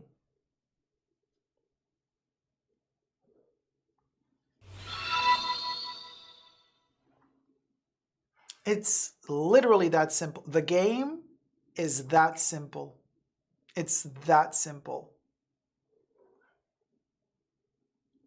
You know. Oh, hey, Cosmic Acid Trip. Hello to Coco Kitty. Hello to the Coco Cat. Letty says, yes, Debbie, we'll go. And I feel good, safe, and protected here. You guys are amazing. Thank you so much. We love you, Letty, dear, says Debbie. Yes, we do. Yankee Barbs, it's one big game. KDB's like, he ain't lying. I'm just keeping it real. Now, I know you don't want to always hear about this like wake up talk, and you don't want to always deal with this. And I understand that you also want to tune in to a YouTube channel like mine and just have some lighthearted conversations about, you know, BB guns and Chanel bags. And we do have those conversations, but I think it's really healthy that we always kind of keep in mind, you know, somewhere here in the back of our mind, that there's also that other important stuff. And we can mix them together. You know, we can go through that super funny, oh, ring, ring, ring, ring telephone calls and make fun of a situation and laugh together. But then we're also ready to roll up our sleeves and get dirty in the mud if we need to, because we know that the world is all of that. We know that the world is the fun times, the world is also the hard times, and we don't shy away from the hard times because we can handle. We're troopers. We're fighters. We're survivors. We're the ones that survive. We're the cockroach. Okay? You can throw a nuclear bomb on us. The fashion bunker will always find a way. We will survive. Because we do better. We know better. We do better. You know. Just saying. Yeah. Hey, HA, how's it going? We're multidimensional. We totally are. We totally are multidimensional. Grab a coffee, tea, and enjoy Jacob's stream. Oh, hey, Despina. Good morning. How's it going, sweetie? We are that cockroach. David says, why not both? Oh, wait, now I'm losing the context. Why not both what? Like having money and shopping? Yeah, you could do that too. But you gotta know how you're spent. You gotta know how to play with money if you want to make money, because otherwise you're going to lose all your money. Very few people in this world know how to actually grow money out of money. To most people, money is like water. It just flows through their hands. They don't know how to grasp it. Hi, beautiful Jacob. Oh, hi, beautiful HA. How's it going, sweetie? Alexa, play Gloria Gaynor. I will survive. Yes. At first I was afraid. I was petrified. Yeah. Alexa. Yes, Alexa. Gloria says hi to Speeda. Oh, Debbie, thank you so much. Your words mean the world to me right now. Oh, Letty. You'll make it through this, Letty. You're better off this way, and there's better times coming. Better times are coming. This is a huge step you've made. It's a huge change. It's a new future, and you gotta go. You gotta go that way. Go towards the light. Not like, you know, not like rest in peace light, but the light in your life. Go towards that. Don't stay in the darkness. Don't stay in the darkness. That's going to suck on your life energy, and before you know it, you're going to be beat up. You're going to be a mess. You'll be barely capable of walking. You go towards the light, okay? And never look back. Never look back. There is a whole future ahead of you. There is a ton of experiences, emotions, love, and light ahead of you. Leave that shit, darkness behind you. Close that door shut and never look back. Done. We're moving on. We're moving on. We're moving on. Yeah, it's going to be hard to move on, but you know what? It's liberating. It's scared because it's something new. It's scary because it's something you've never experienced before, but it's new. It's good. It's a change. Change is good. Yeah, life always throws you balls to make you, put everything in perspective. Value the people and things that really matter. The lesson is being learned. Exactly. And you move on because you're a survivor. Because that's it. You got to live. As long as there's life to live, you live. You live. The past doesn't exist. It says it. It's past. Past. Done. Done. And don't let that shit define you. The past does not define who you are today. You decide who you are today. The past stays in the past. You decide who you are today. Period. There's only the present. There's only the present moment, Debbie. Yeah. New light, new day, you move on. Done. It's that simple, but it's also that hard, of course, because we as human beings, we are social creatures and we have a tendency of being comfortable. We like routine, we like repetition. It gives us the illusion of safety. But what we fail to realize is that sometimes the routine and repetition we fall in is detrimental to us. It hurts us. Sometimes that routine is not healthy for us. So we got to let that shit go. And we got to go somewhere else where there's more safety, where there's more love. And that process of letting go of routine is what's actually painful because we're scared. Oh my God, letting go of my routine. My little world is crumbling. No, it's not. It's an instance. It's just an instance that is changing and you're moving into something new. Period. Phoenix Mom, overcome the inertia. Once the momentum is there, it will keep you moving completely. Completely. HA says, hi Letty, I missed what it's all about, but whatever is going on, a huge virtual hug from me.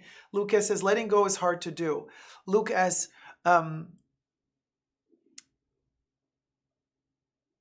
it's not. Take it from someone who has had to let go more times than I care to remember, and more times than I can count on many hands, many fingers. It's not. It's not.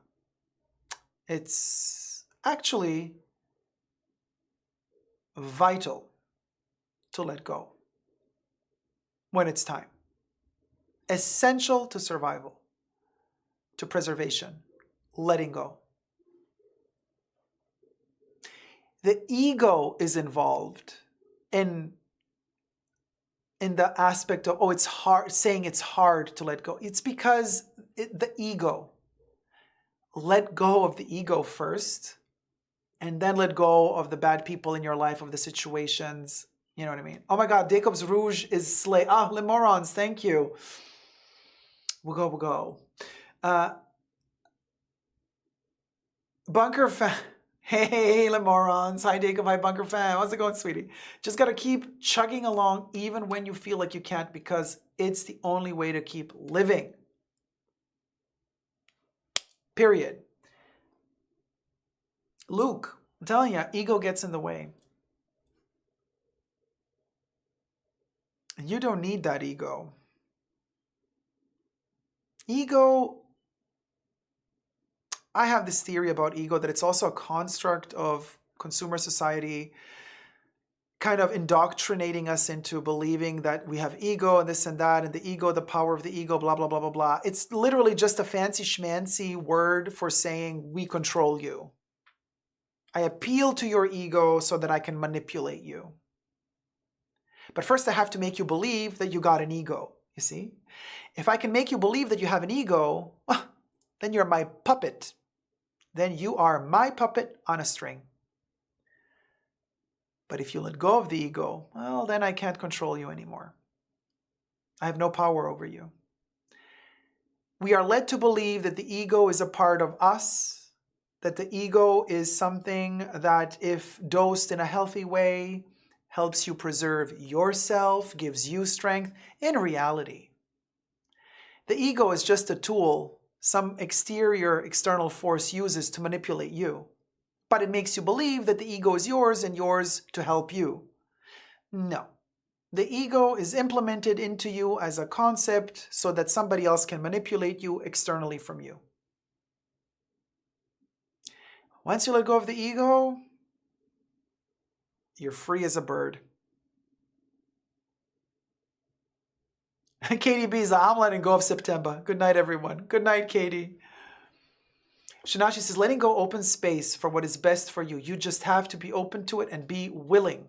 Yes. Andrea says, Letty, we are always here for you. On a lighter note, let go, let Gucci. Unsolicited opinions by Yella. Let go, let Gucci. What do you mean? You don't want Gucci? Yeah, Gucci's, I'm not going to be buying anything from their new collection. I can tell you that much. How do we know that our ego is not narcissistic? Ego is by nature narcissistic, okay? Which is to not be confused with what people talk about lately a lot, which is a narcissistic behavioral disorder. That's a whole other category that a psychiatrist, a psychologist can diagnose you with a narcissistic behavioral disorder, blah, blah, blah. Which is different, can be the same thing if you got both, but it's different from saying the ego is narcissistic. Because the ego is by nature a narcissist. That doesn't mean that you in your psyche have the narcissistic disorder, which is a different thing. It's a clinical thing. The word ego gets thrown around so much, I no longer even know what it truly means, says Lucas. There you see. Yeah, Lego, Sylvia. Let's build a Lego. Let's let go of Lego. Have I read about Edward Bernays and the birth of consumer PR, consumer public relations? No, I have to check that out. Shunashi says, Letty, we are here for you. I have to check that out. Mr. Puppy, this is corny, but I think of Madonna's song Jump when going through tough times. It reminds me I have the power to choose to move on. Best to you, to Letty, says Mr. Puppy. That's a good one. And also Madonna's song, The Power of Goodbye. That's a really good one from her Ray of Light era. The Power of Goodbye. It's a really, really good song for this. Oh, Shunashi, perfectly said. Ego is fear masked as power. Ooh, good one. Oh, there you go. Heaven Blake says, divorcing a narcissist with NPD. I feel like my brain is a noodle after being with him. Oh, man. Yeah. Walk away, never look back, and go into the light.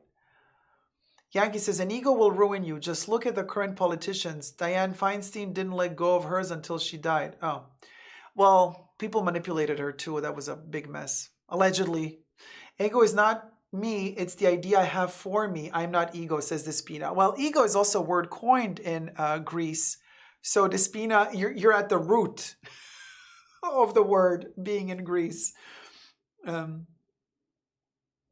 So ego is not me, it's the idea I have for me. I'm not ego.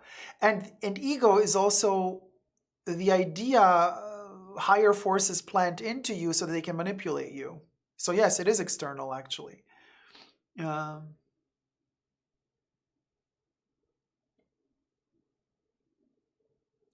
Lego my ego, some food for thought.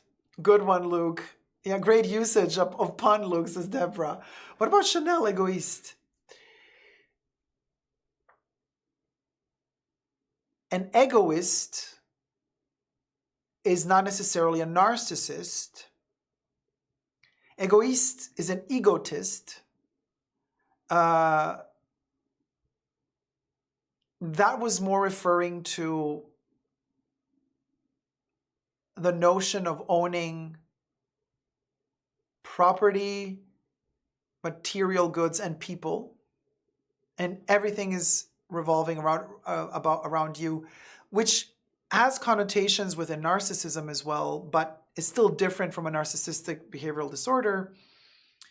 Exactly, Shunashi. It's like being selfish. The Egoist commercial is everything from the early 1991. Yeah, that's a good one. Interesting also to note how the makers of that commercial were also very clear about the fact that an egotist most of the time is wasting time fighting themselves. Because if you remember in that commercial, the guy who has had every girl in the building, we see him in his own room, and it's an empty room. It's a room that has nothing.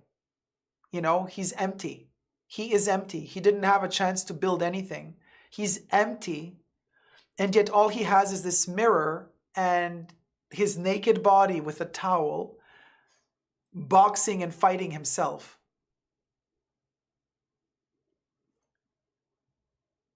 He is busy dealing with the own rocks he places in his own path. And all these other chicks are kind of just like opening those windows, like, egoist, egoist, egoist. You know, they're opening and closing those blinds, you know, and he's not coming to them. He's closed shut in his own central apartment in that building.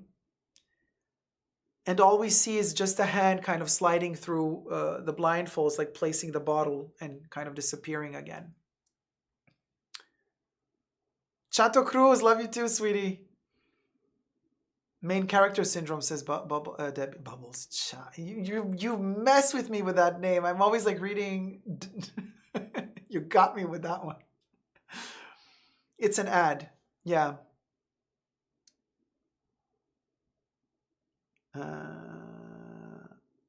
Yes, it was David. It was by Good. Yes.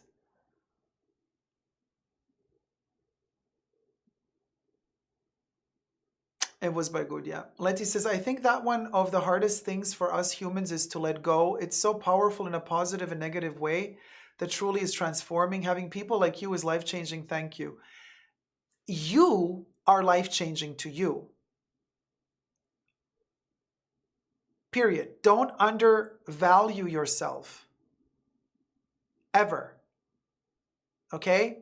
People are going to leech on to you. Some people, parasites, are going to try to make you feel lesser than so that they can manipulate you. Don't let them. You have the sun in you. You have the power in you. Don't block it. Let it flow. Let it flow. It's that easy. Yes, Shunashi, yes, the 1990, 1991 ad. No, Yankee, they don't make ads like that anymore. The old Chanel ads were so genius because the art design was fantastic, but they also made you think. They made you think. Now, the ads are catered to dumbifying you. The ads now are made to not make you think. The ads are so dumbed down just to brainwash you into buying a product without any consequence of thought. And this is why advertisement is so boring to me nowadays, because it's so transparent. It's banal. Well, good morning to you, Jesus. You know? Good morning, sweetie. We'll go. She hath awakeneth from her slumber.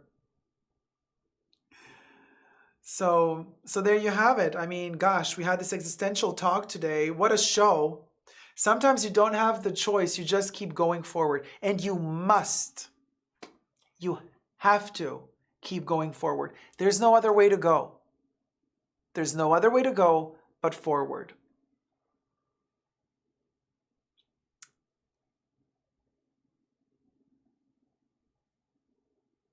And things can only get better. Tomorrow is always better than yesterday. Always. Because it's growth. It's evolution. It's progress. You're always more evolved tomorrow than you are today. Things can only get better. Things can only get better. You know. Only. Bubbles is angry. Good morning, Letty. Grab a coffee, tea, and enjoy Jacob stream. I don't remember ordering a glass of your opinion. Oh, Debbie. Oh, okay. Bubbles and Debbie. Plus, you know, now Debbie's also de Bubbles, and Bubbles and de Bubbles. Oh boy, what a mess. What is my favorite Madonna album? Oh, yours is Bedtime Stories. Mine is American Life and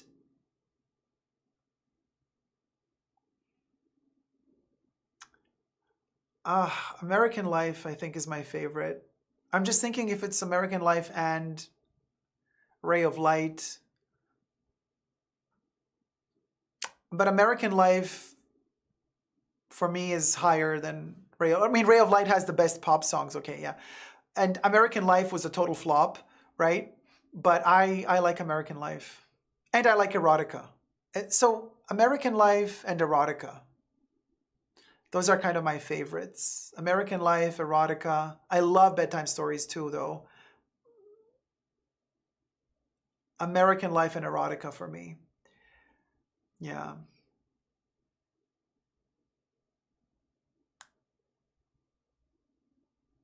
Oh, thank you, Julie Scott. Thank you, my love. Great show, Jacob. Thank you, Julie. Jesus says, not him quoting Kylie Minogue on a Sunday morning. Wait, did I quote Kylie Minogue? Wait, what did I say? Did I say I just can't get you out of my head? How did I quote her? What did I do? What did I do? Cecilia Brown says, thank you, Jacob. I really need this today. Feeling so down. No, Cecilia, don't feel down, sweetie. You're not alone. You know, we're all suffering. We're all miserable. Girl, listen, real talk. We're miserable, okay? The only thing that makes life a little bit more nice is that we spend time together and we bond. Human beings are meant to be social creatures. We only thrive and we can only be happy if we are together. Period.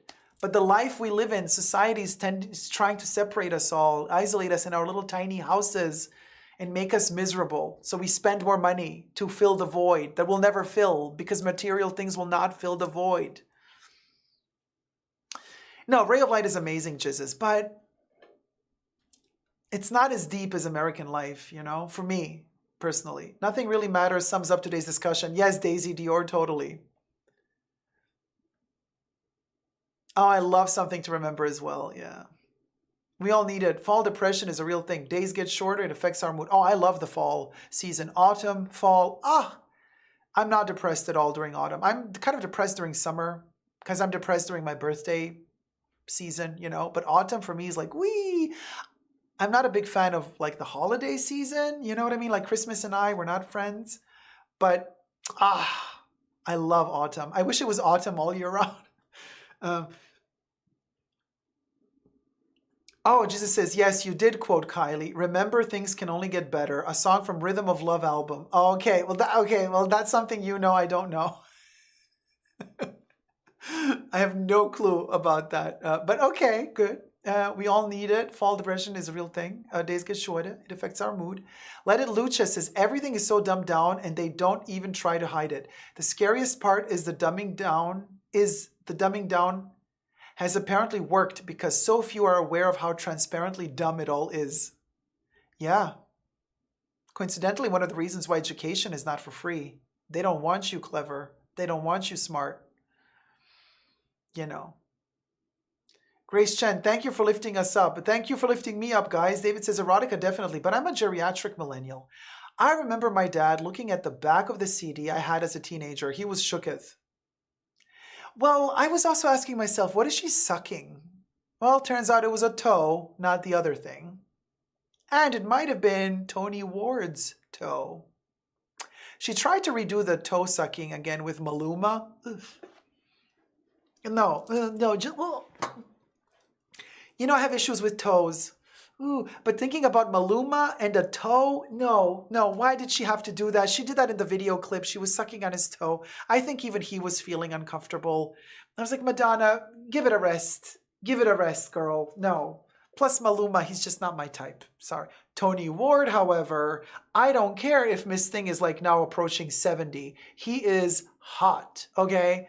Tony Ward. Yeah. Yeah, no. But Maluma, girl, I'm sorry. Absolutely no. Squickety says, hello. Didn't even know there was a live. LOL. Idiocracy was a documentary. There you go, Squickety. Well, we're always live, you know, Saturdays and Wednesdays. Unless there's a fallout. Oh, Tony Ward. Oh my God, Jesus, you did not go there. Tony Toe. Harvest Moon. Okay. It was amazing. She definitely got an STD from that. Ugh. That's what landed her in the ICU. Yankee Barbs. Shanashi's dying ferret. Listen. Cecilia says, autumn is my favorite too. Love the colorful leaves. I adore it. I adore it. So it's the harvest moon right now? Oh. Well, yeah, makes sense. It's the harvest season and it's a full moon. And of course, let's not forget, it is a full moon, which also makes everything way more complex and complicated emotionally. Full moon is always like, oh, everything is messy and emotional. So I go through the motions. I actually, in the pre-show today, which is for Tier 2 members and patrons, oh, Damien, thank you so much for the tip. Damien Chan donated $6. Happy Saturday, Jacob. Hope you're doing well. Thank you so much, sweetie. I am. Are you ready? I hope you're doing well too. Are you ready for the cotton candy mind glazing gun? Hit it, Bubbles.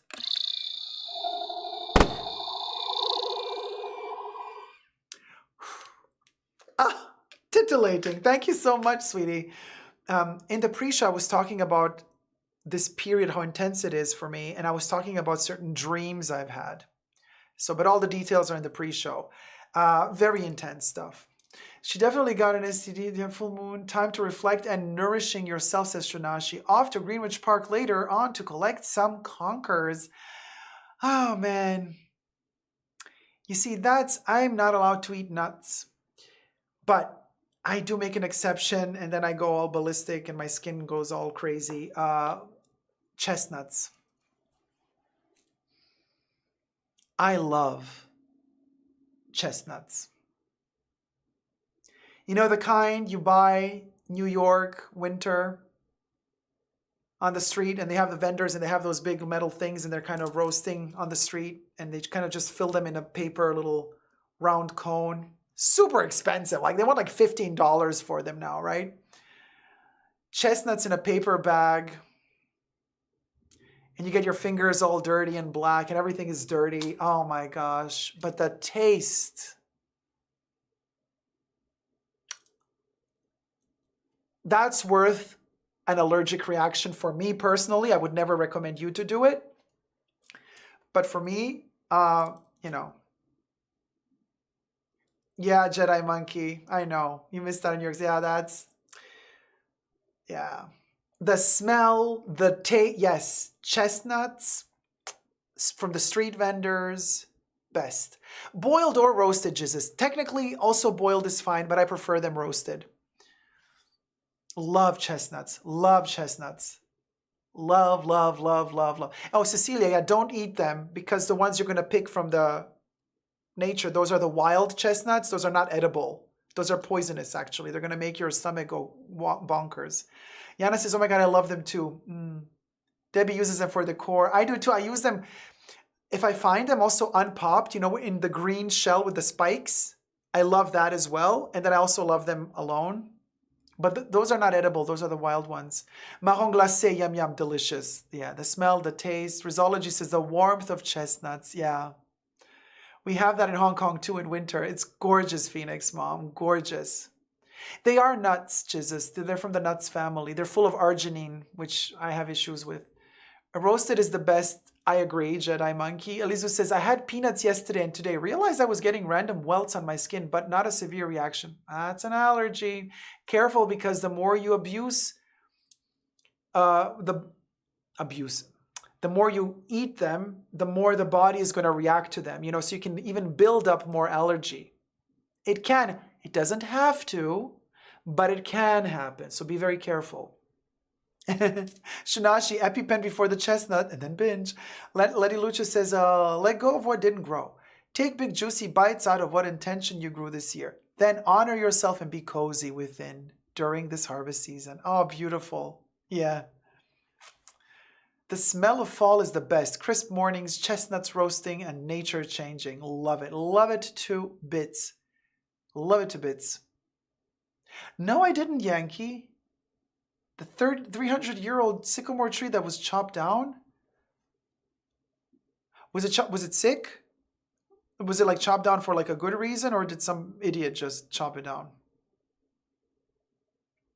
But yeah, putting them around for decoration is gorgeous too.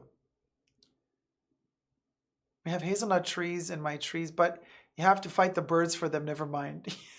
Birds love hazelnuts. Oh, le marron in the winter in Paris. Oh, amazing. Elisou. Oh, they smell so good. HA says, in my street. Oh, you're fighting in your street for them with the birds. HA. Rizali says, what can we say? We love our nuts. Oh. No pun intended. That's so true. I have many allergies. Yeah, I'm going to get tested for it, says Elisou. Yeah. Better safe. Favorite memory of the fall season for you, Jacob? Collecting cyclamens with my grandma in the forest. Yeah. Little tiny wild cyclamens, the most beautiful smell in the world. And I remember collecting those and wild strawberries in late summer, early fall, and then in autumn, like September, October, collecting cyclamens, wild cyclamens with my grandma, and smelling mushrooms and, the entrance to the forest where there's a lot of moss and sounds and shadows and light flickering through the leaves that are slowly falling. Oh man. Best memories.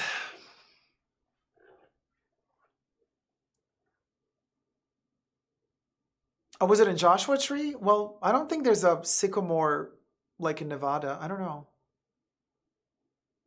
Oh, somebody deliberately chopped it down. It was completely healthy. Wow, that person should go to jail. Imagine chopping down a creature that has been on this planet for 300 years. Oh, Debbie, making you want to bake? I get mesmerized as the vendor keeps scooping the chestnuts while roasting it. Yeah. I also get mesmerized when I see vendors on the street selling pancakes. How they like kind of twirl them around and make them flat. We're talking like French, European type of pancakes, not like waffle pancakes like in the States. I also get mesmerized how they kind of twirl them, make them super thin. They never burn. How do they do that? Hypnotized every time. I also removed all the nuts, used to eat almonds and pistachios. My face started to swell. I tested it and said I'm not allergic to it. Still, nuts make me feel weird, but I love them. Yana, maybe it's also arginine for you as well. It's an overdose of arginine. And arginine is, it's intense for me, as well for my skin. Like my skin gets all itchy and breakouts, and also cold sores I can get from nuts pretty bad. If you roast them at home, make sure you fork them to vent or you'll end up cleaning it all over your oven. Ask me how I know. Don't ask me how I know that. Yeah. Oh, thanks, HA. Yeah, my grandma. That was a good time. No wonder you love Moschino's perfume. What a beautiful memory. Yes. Yeah. Oh, the sycamore tree was chopped down in the UK? Huh. Crepes. We love our crepes. I get emotional when I think about memories with my grandparents too. I get emotional, Carrie Lee, but like not like sad. I'm really happy that I have those memories. They make me feel rich. They fulfill me. They make me happy.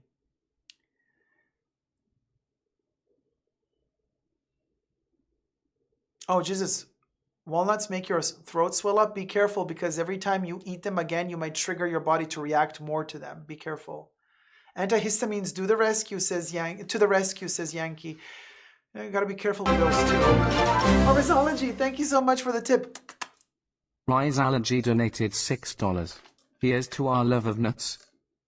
Here's to our love of nuts, baby. Hit it, Bublé.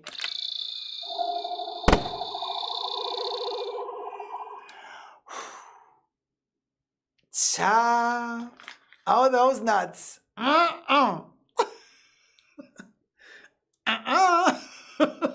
Love it. Oh, man. I love going to the Korean market and watch the ladies make pancakes. True art. Oh, and they are so...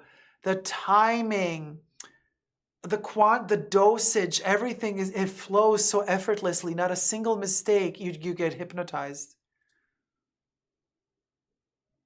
Hypnotized. Oh, acne as well. Yeah, breakouts of all types. The weather here is still warm, 28 to 30 degrees. It's not really the autumn feeling, says Despina. Oof, that's hot. That's really hot. 25 degrees Fahrenheit for Debbie. That's cold. Gosh, I feel hungry now, says Cecilia. Debbie, you're in full-on Halloween mood then. They overheat my building. I'm in a tank top. Oh. And you can't turn off the heating in your apartment? Hey, love you too, Catherine of Sweden. How's it going, sweetie? Andrea says, I carry an EpiPen because I react like that to fresh tomatoes. Jesus. Ooh. And there's a lot of tomatoes. Okay, but only fresh tomatoes? Or all tomatoes? Because like literally everything has tomatoes these days. Australia is heating up as we speak, 31 Celsius. Well, you're going towards, well, you just entered spring. And if your spring is 31 Celsius, what is your summer going to be, 50? In my unit I can, but not the interior of the building. Oh my gosh, Debbie. That is terrible for the body. Because if the building is overheated, and then you got to go out to do groceries, it's a shock for the body to exit from that heat into that cold and back. That's how people get sick. Because you got to shock the body all the time. There's no like slow entering one temperature and then the other. Grace Chen loves spring and summer the most. Oh, wow, Andrea, I'm allergic to tomato stems and leaves. They make my fingers swell up. Cha. So I guess just as you eat tomatoes before you go on a date. I had to. I'm sorry. You can't be the only one doing the dirty jokes in here. Australia getting ready for summer. Hey, Holly Grace. How's it going, sweetie? Jacob, do you think Chanel is coming up with a new private collection perfume anytime soon, or is it Le Lion going to have to be it for a few years? They were going to release the new Les Exclusives a couple of months ago. They postponed it because they're not sure about the name. They keep changing the name. So now the release has been slated to next year. But the perfume is already ready. They just don't have a name for it. It's ridiculous. Which makes you think a lot about their creative process. You would think that the developers of the perfume would think about the name and the concept all together. And instead, no. There's a perfume. It doesn't matter what name you give it. They just want to make sure that the name is sellable. Kind of sad. Kind of sad. Just finished work, Holly Grace? Well, I hope you had a good day at work. Carrie says, mom of an 8-year-old with nut allergies, 1 EpiPen in house and 1 at school. Very important. Got to stay safe. Because even sometimes, you know how people are. They're going to say, oh, there's no nuts in here. And then there is, And then there are. Yeah, Chanel de Chanel, tweed. Yeah. Jess says, asked an older sister Chanel sales associate about the new version of Cristal, and he said it's coming out in October, and he's not allowed to tell me any details. You got all the intel from me already, honey. This sister delivered. Or they are waiting for one more price increase to release, probably Gloria. Remember when they released Le Lion? In most countries, Le Lion cost more than all the other Les Exclusives, which was ridiculous. And then the others upped their price to match Le Lion. The new line will be $350. LOL. What do you mean $350, Bear Legs? It's already $450. For the 200 ml bottles, it's already $450. Just, and €380 in Europe. And $450 in America. Yeah, it's €380 now already. Yes, Shunashi, $450 and 99 nanocents. IYK. Yeah, the price will be double, Cecilia. It's a mess. Atelier Versace have perfume. Cha. The white fig one is interesting. 350 euro though. Oof. €350 for like how, 100 mil? 75 mil? What you want? What you want?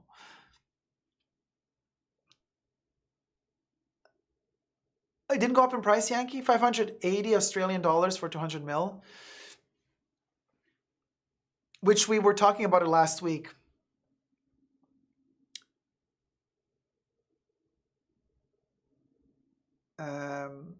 $350.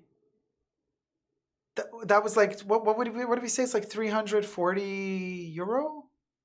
$580? 580 Australian dollars? Good morning, Anne. $20 for 1 mil then. One spritz is how much? About a mil. About a mil. I'm using my lifetime ×3 perfume supply. No need to buy more. You got a point there, Debbie. David says, and $1 million in Canada because our money is worth peanuts, not even chestnuts. Champagne o'clock. Don't let me start with Killian. 250 euro for 50 mil. Honey, I never started with Killian.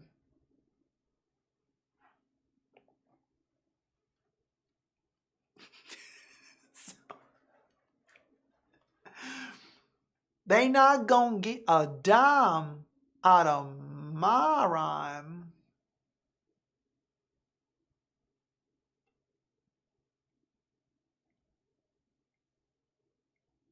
Killy who? Oh, closeted sister? Oh, closeted sister. Do you have proof? Do you have proof? Good for you, says Champagne. Oh, I'm just keeping it real. Sorry. My budget. Listen, I said this before and I'm going to say it again, and I don't care if people come for me. I'm still going to keep buying my Chanel as exclusives because I love them to death. And yes, they're going to keep extorting me from all my money. But my budget is there. I love them. I love them. You know, I love them. I love them. And so I will keep buying them.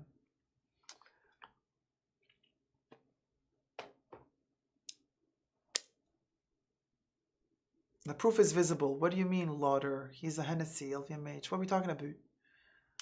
Oh, Yankee says Kilian is owned by the Estee Lauders. And then Jesus says, no, he's owned by LVMH. Letty says, Jacob, if you could choose 5 perfumes to go on a deserted island, which ones would you choose? Oh, well, let me write that down as an idea for a video. Because let's not waste a good idea for a video. Because let me write that down. I have to think about it. So, top 5 perfumes to take on a deserted island.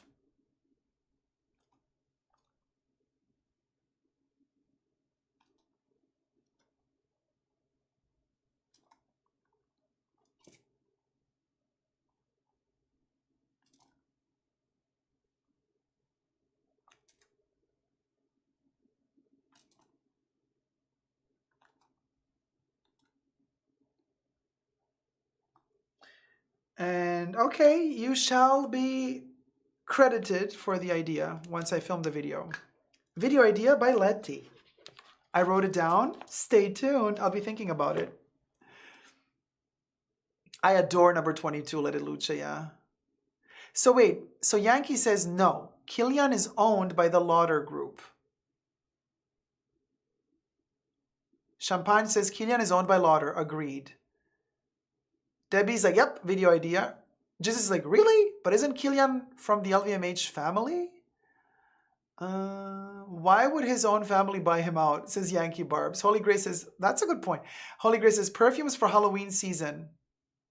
Oh, that one is coming, Holly. That one is actually, that one has already been filmed. It's in post-production. And it's a hell of a video. I can tell you just now, already right now, on my Essentially Deco Perfume channel, stay tuned because October is going to be Spooky Perfume Month. And the new video, the top 10 Halloween perfumes,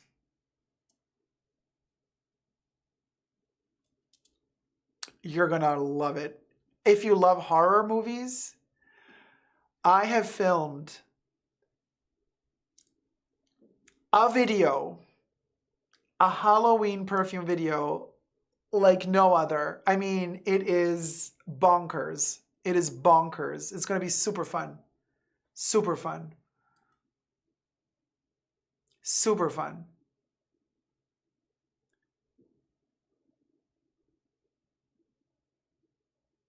Rusty sang, like the video. Thanks for the live stream, Jacob. Off to work stuffs. Oh, have a wonderful day at work, sweetie. Thank you so much for being with us. Bear Lux, I love Misia 1932. Both gorgeous.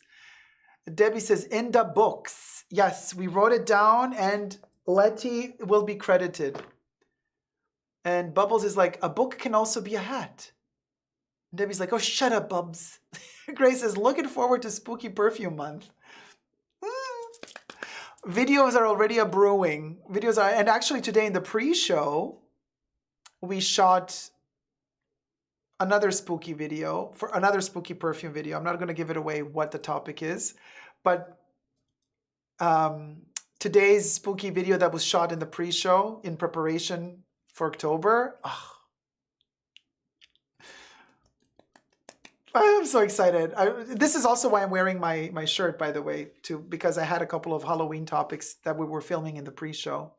I'm going to finish decorating tomorrow, says Debbie. Oh, fabulous. I'm never done decorating for Halloween. You know, I decorate 365 days a year. It never ends. Halloween perfumes, yippee! Oh, champagne. It's going to be so fun. The entire month is going to be spooky perfumes. Letty says, favorite perfume to use on Halloween? Mine is Dior Addict. Don't know why, but makes me feel delicious to be bitten. Oh, sweetie. Well, I cannot tell you my favorites because you have to wait for my video. But the top 10. Oh. This is me, my Shelley Duvall as olive oil in Robert Altman's Popeye with Robin Williams. Oh, Popeye. Oh. I can't do it. Nobody can do Shelley Duvall like Shelley Duvall. So Grace Chen, I missed the pre-show, but we'll tune in later. It's fun. Are you going to film regarding Just Like That When Strike Is Over? Suzanne, I might be reviewing the episodes that are missing, that I couldn't review anymore when the strike began. I might do it later. I just don't know if there's interest. I might have to do a couple of like polls and ask people and see if people want to kind of watch me review. And Just Like That season 2, the leftover episodes, like so many months after the show ended. I don't know if people care, you know.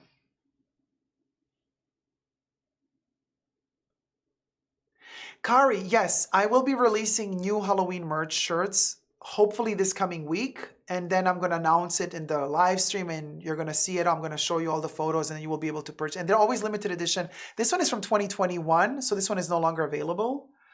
So every year there's a limited edition. So as soon as I release the new Halloween merch, it will be available until the 1st of November. And then it's going to be gone again. And it's like a collectible. Every year we have a new special edition. And it's kind of beautiful to see them throughout the years, how every year has a new design. It's kind of cool. Hey, Blanca Radka, good morning to you too, sweetie. Yeah, there's no interest, Debbie, right? And Just Like That. I don't know. Oh, you lost your FOMO shirt? Oh, thank you, Kari. Well, the FOMO is all on me, honey. I am FOMOing about Halloween, like going berserk, ballistic, buying all the Halloween stuff I can find. I just love Halloween so much, such a sucker for it. But you know, what can you do? What can you do? What can you do? This actually has a green top. It's a little hat. It's a pumpkin hat for a kid, but you can actually. How very French of me. Oh, mon Dieu. So élégant, très, très, très élégant. No. This is très chic. Or if you would be a hillbilly, it would be très chic. Très chic. So anyway, I mean, it's either a pumpkin, a beret, or a diaper. But it's something, you know. Maybe we can put it on Baby Yoda. Baby Yoda, come in here.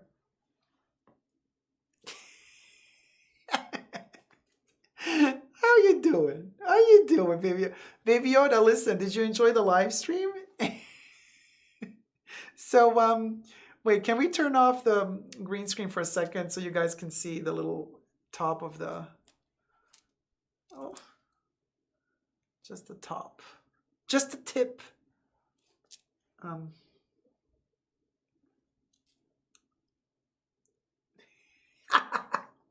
There he is.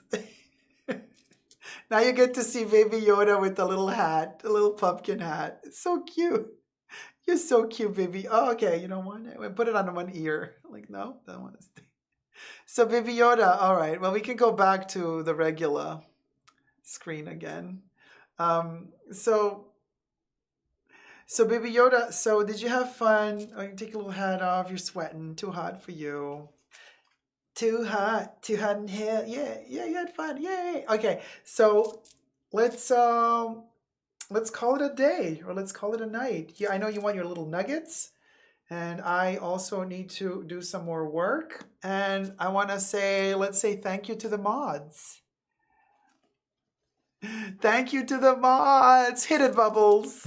A special thanks to the mods in the fashion bunker. Thanks to Debbie, Jesus, Creation, Nicole, Kebs, and Gloria. Bubbles loves you.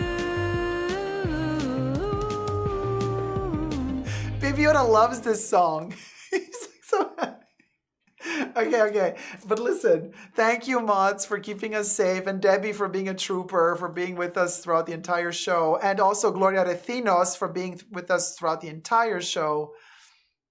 And now all of the new Tier 1 members that have just joined the Fashion Bunker today, that have won the membership, one of 15, or all 15 of you, get ready.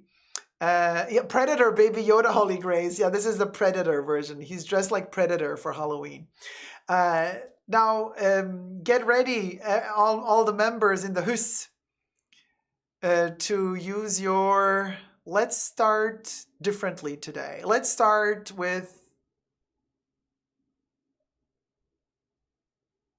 we can't really. I'm thinking about the colors. No, okay. Oh, well, let's do We'll Go first. Hit it, Bubbles. Let me see the emoji.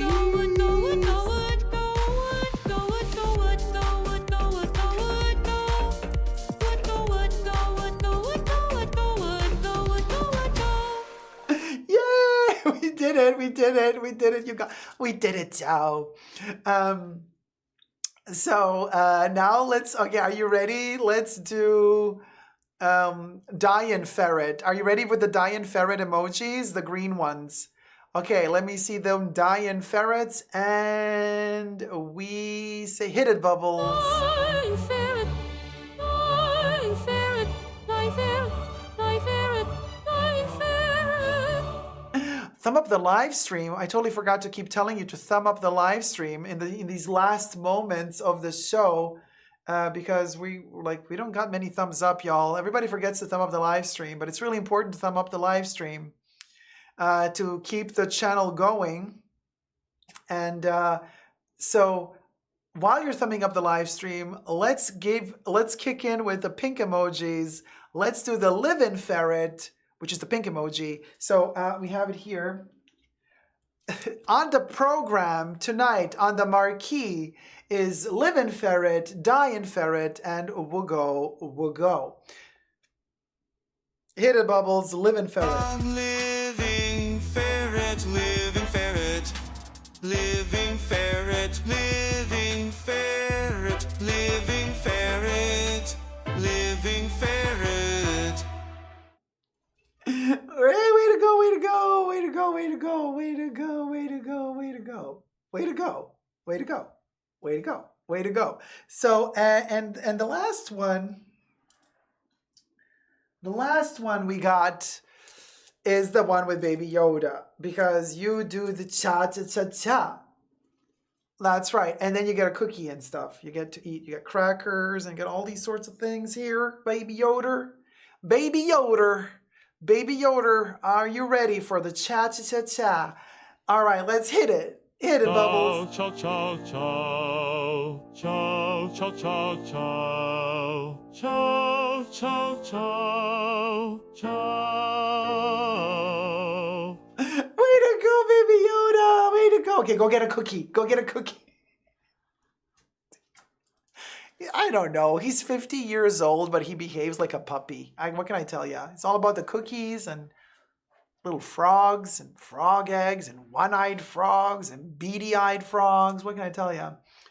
Well, that was our show for today.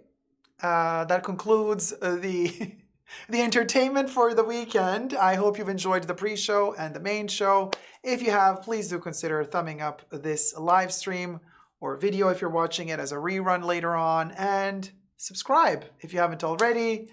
Wishing you all the best remnants of this weekend. Wishing you a great 1st of October.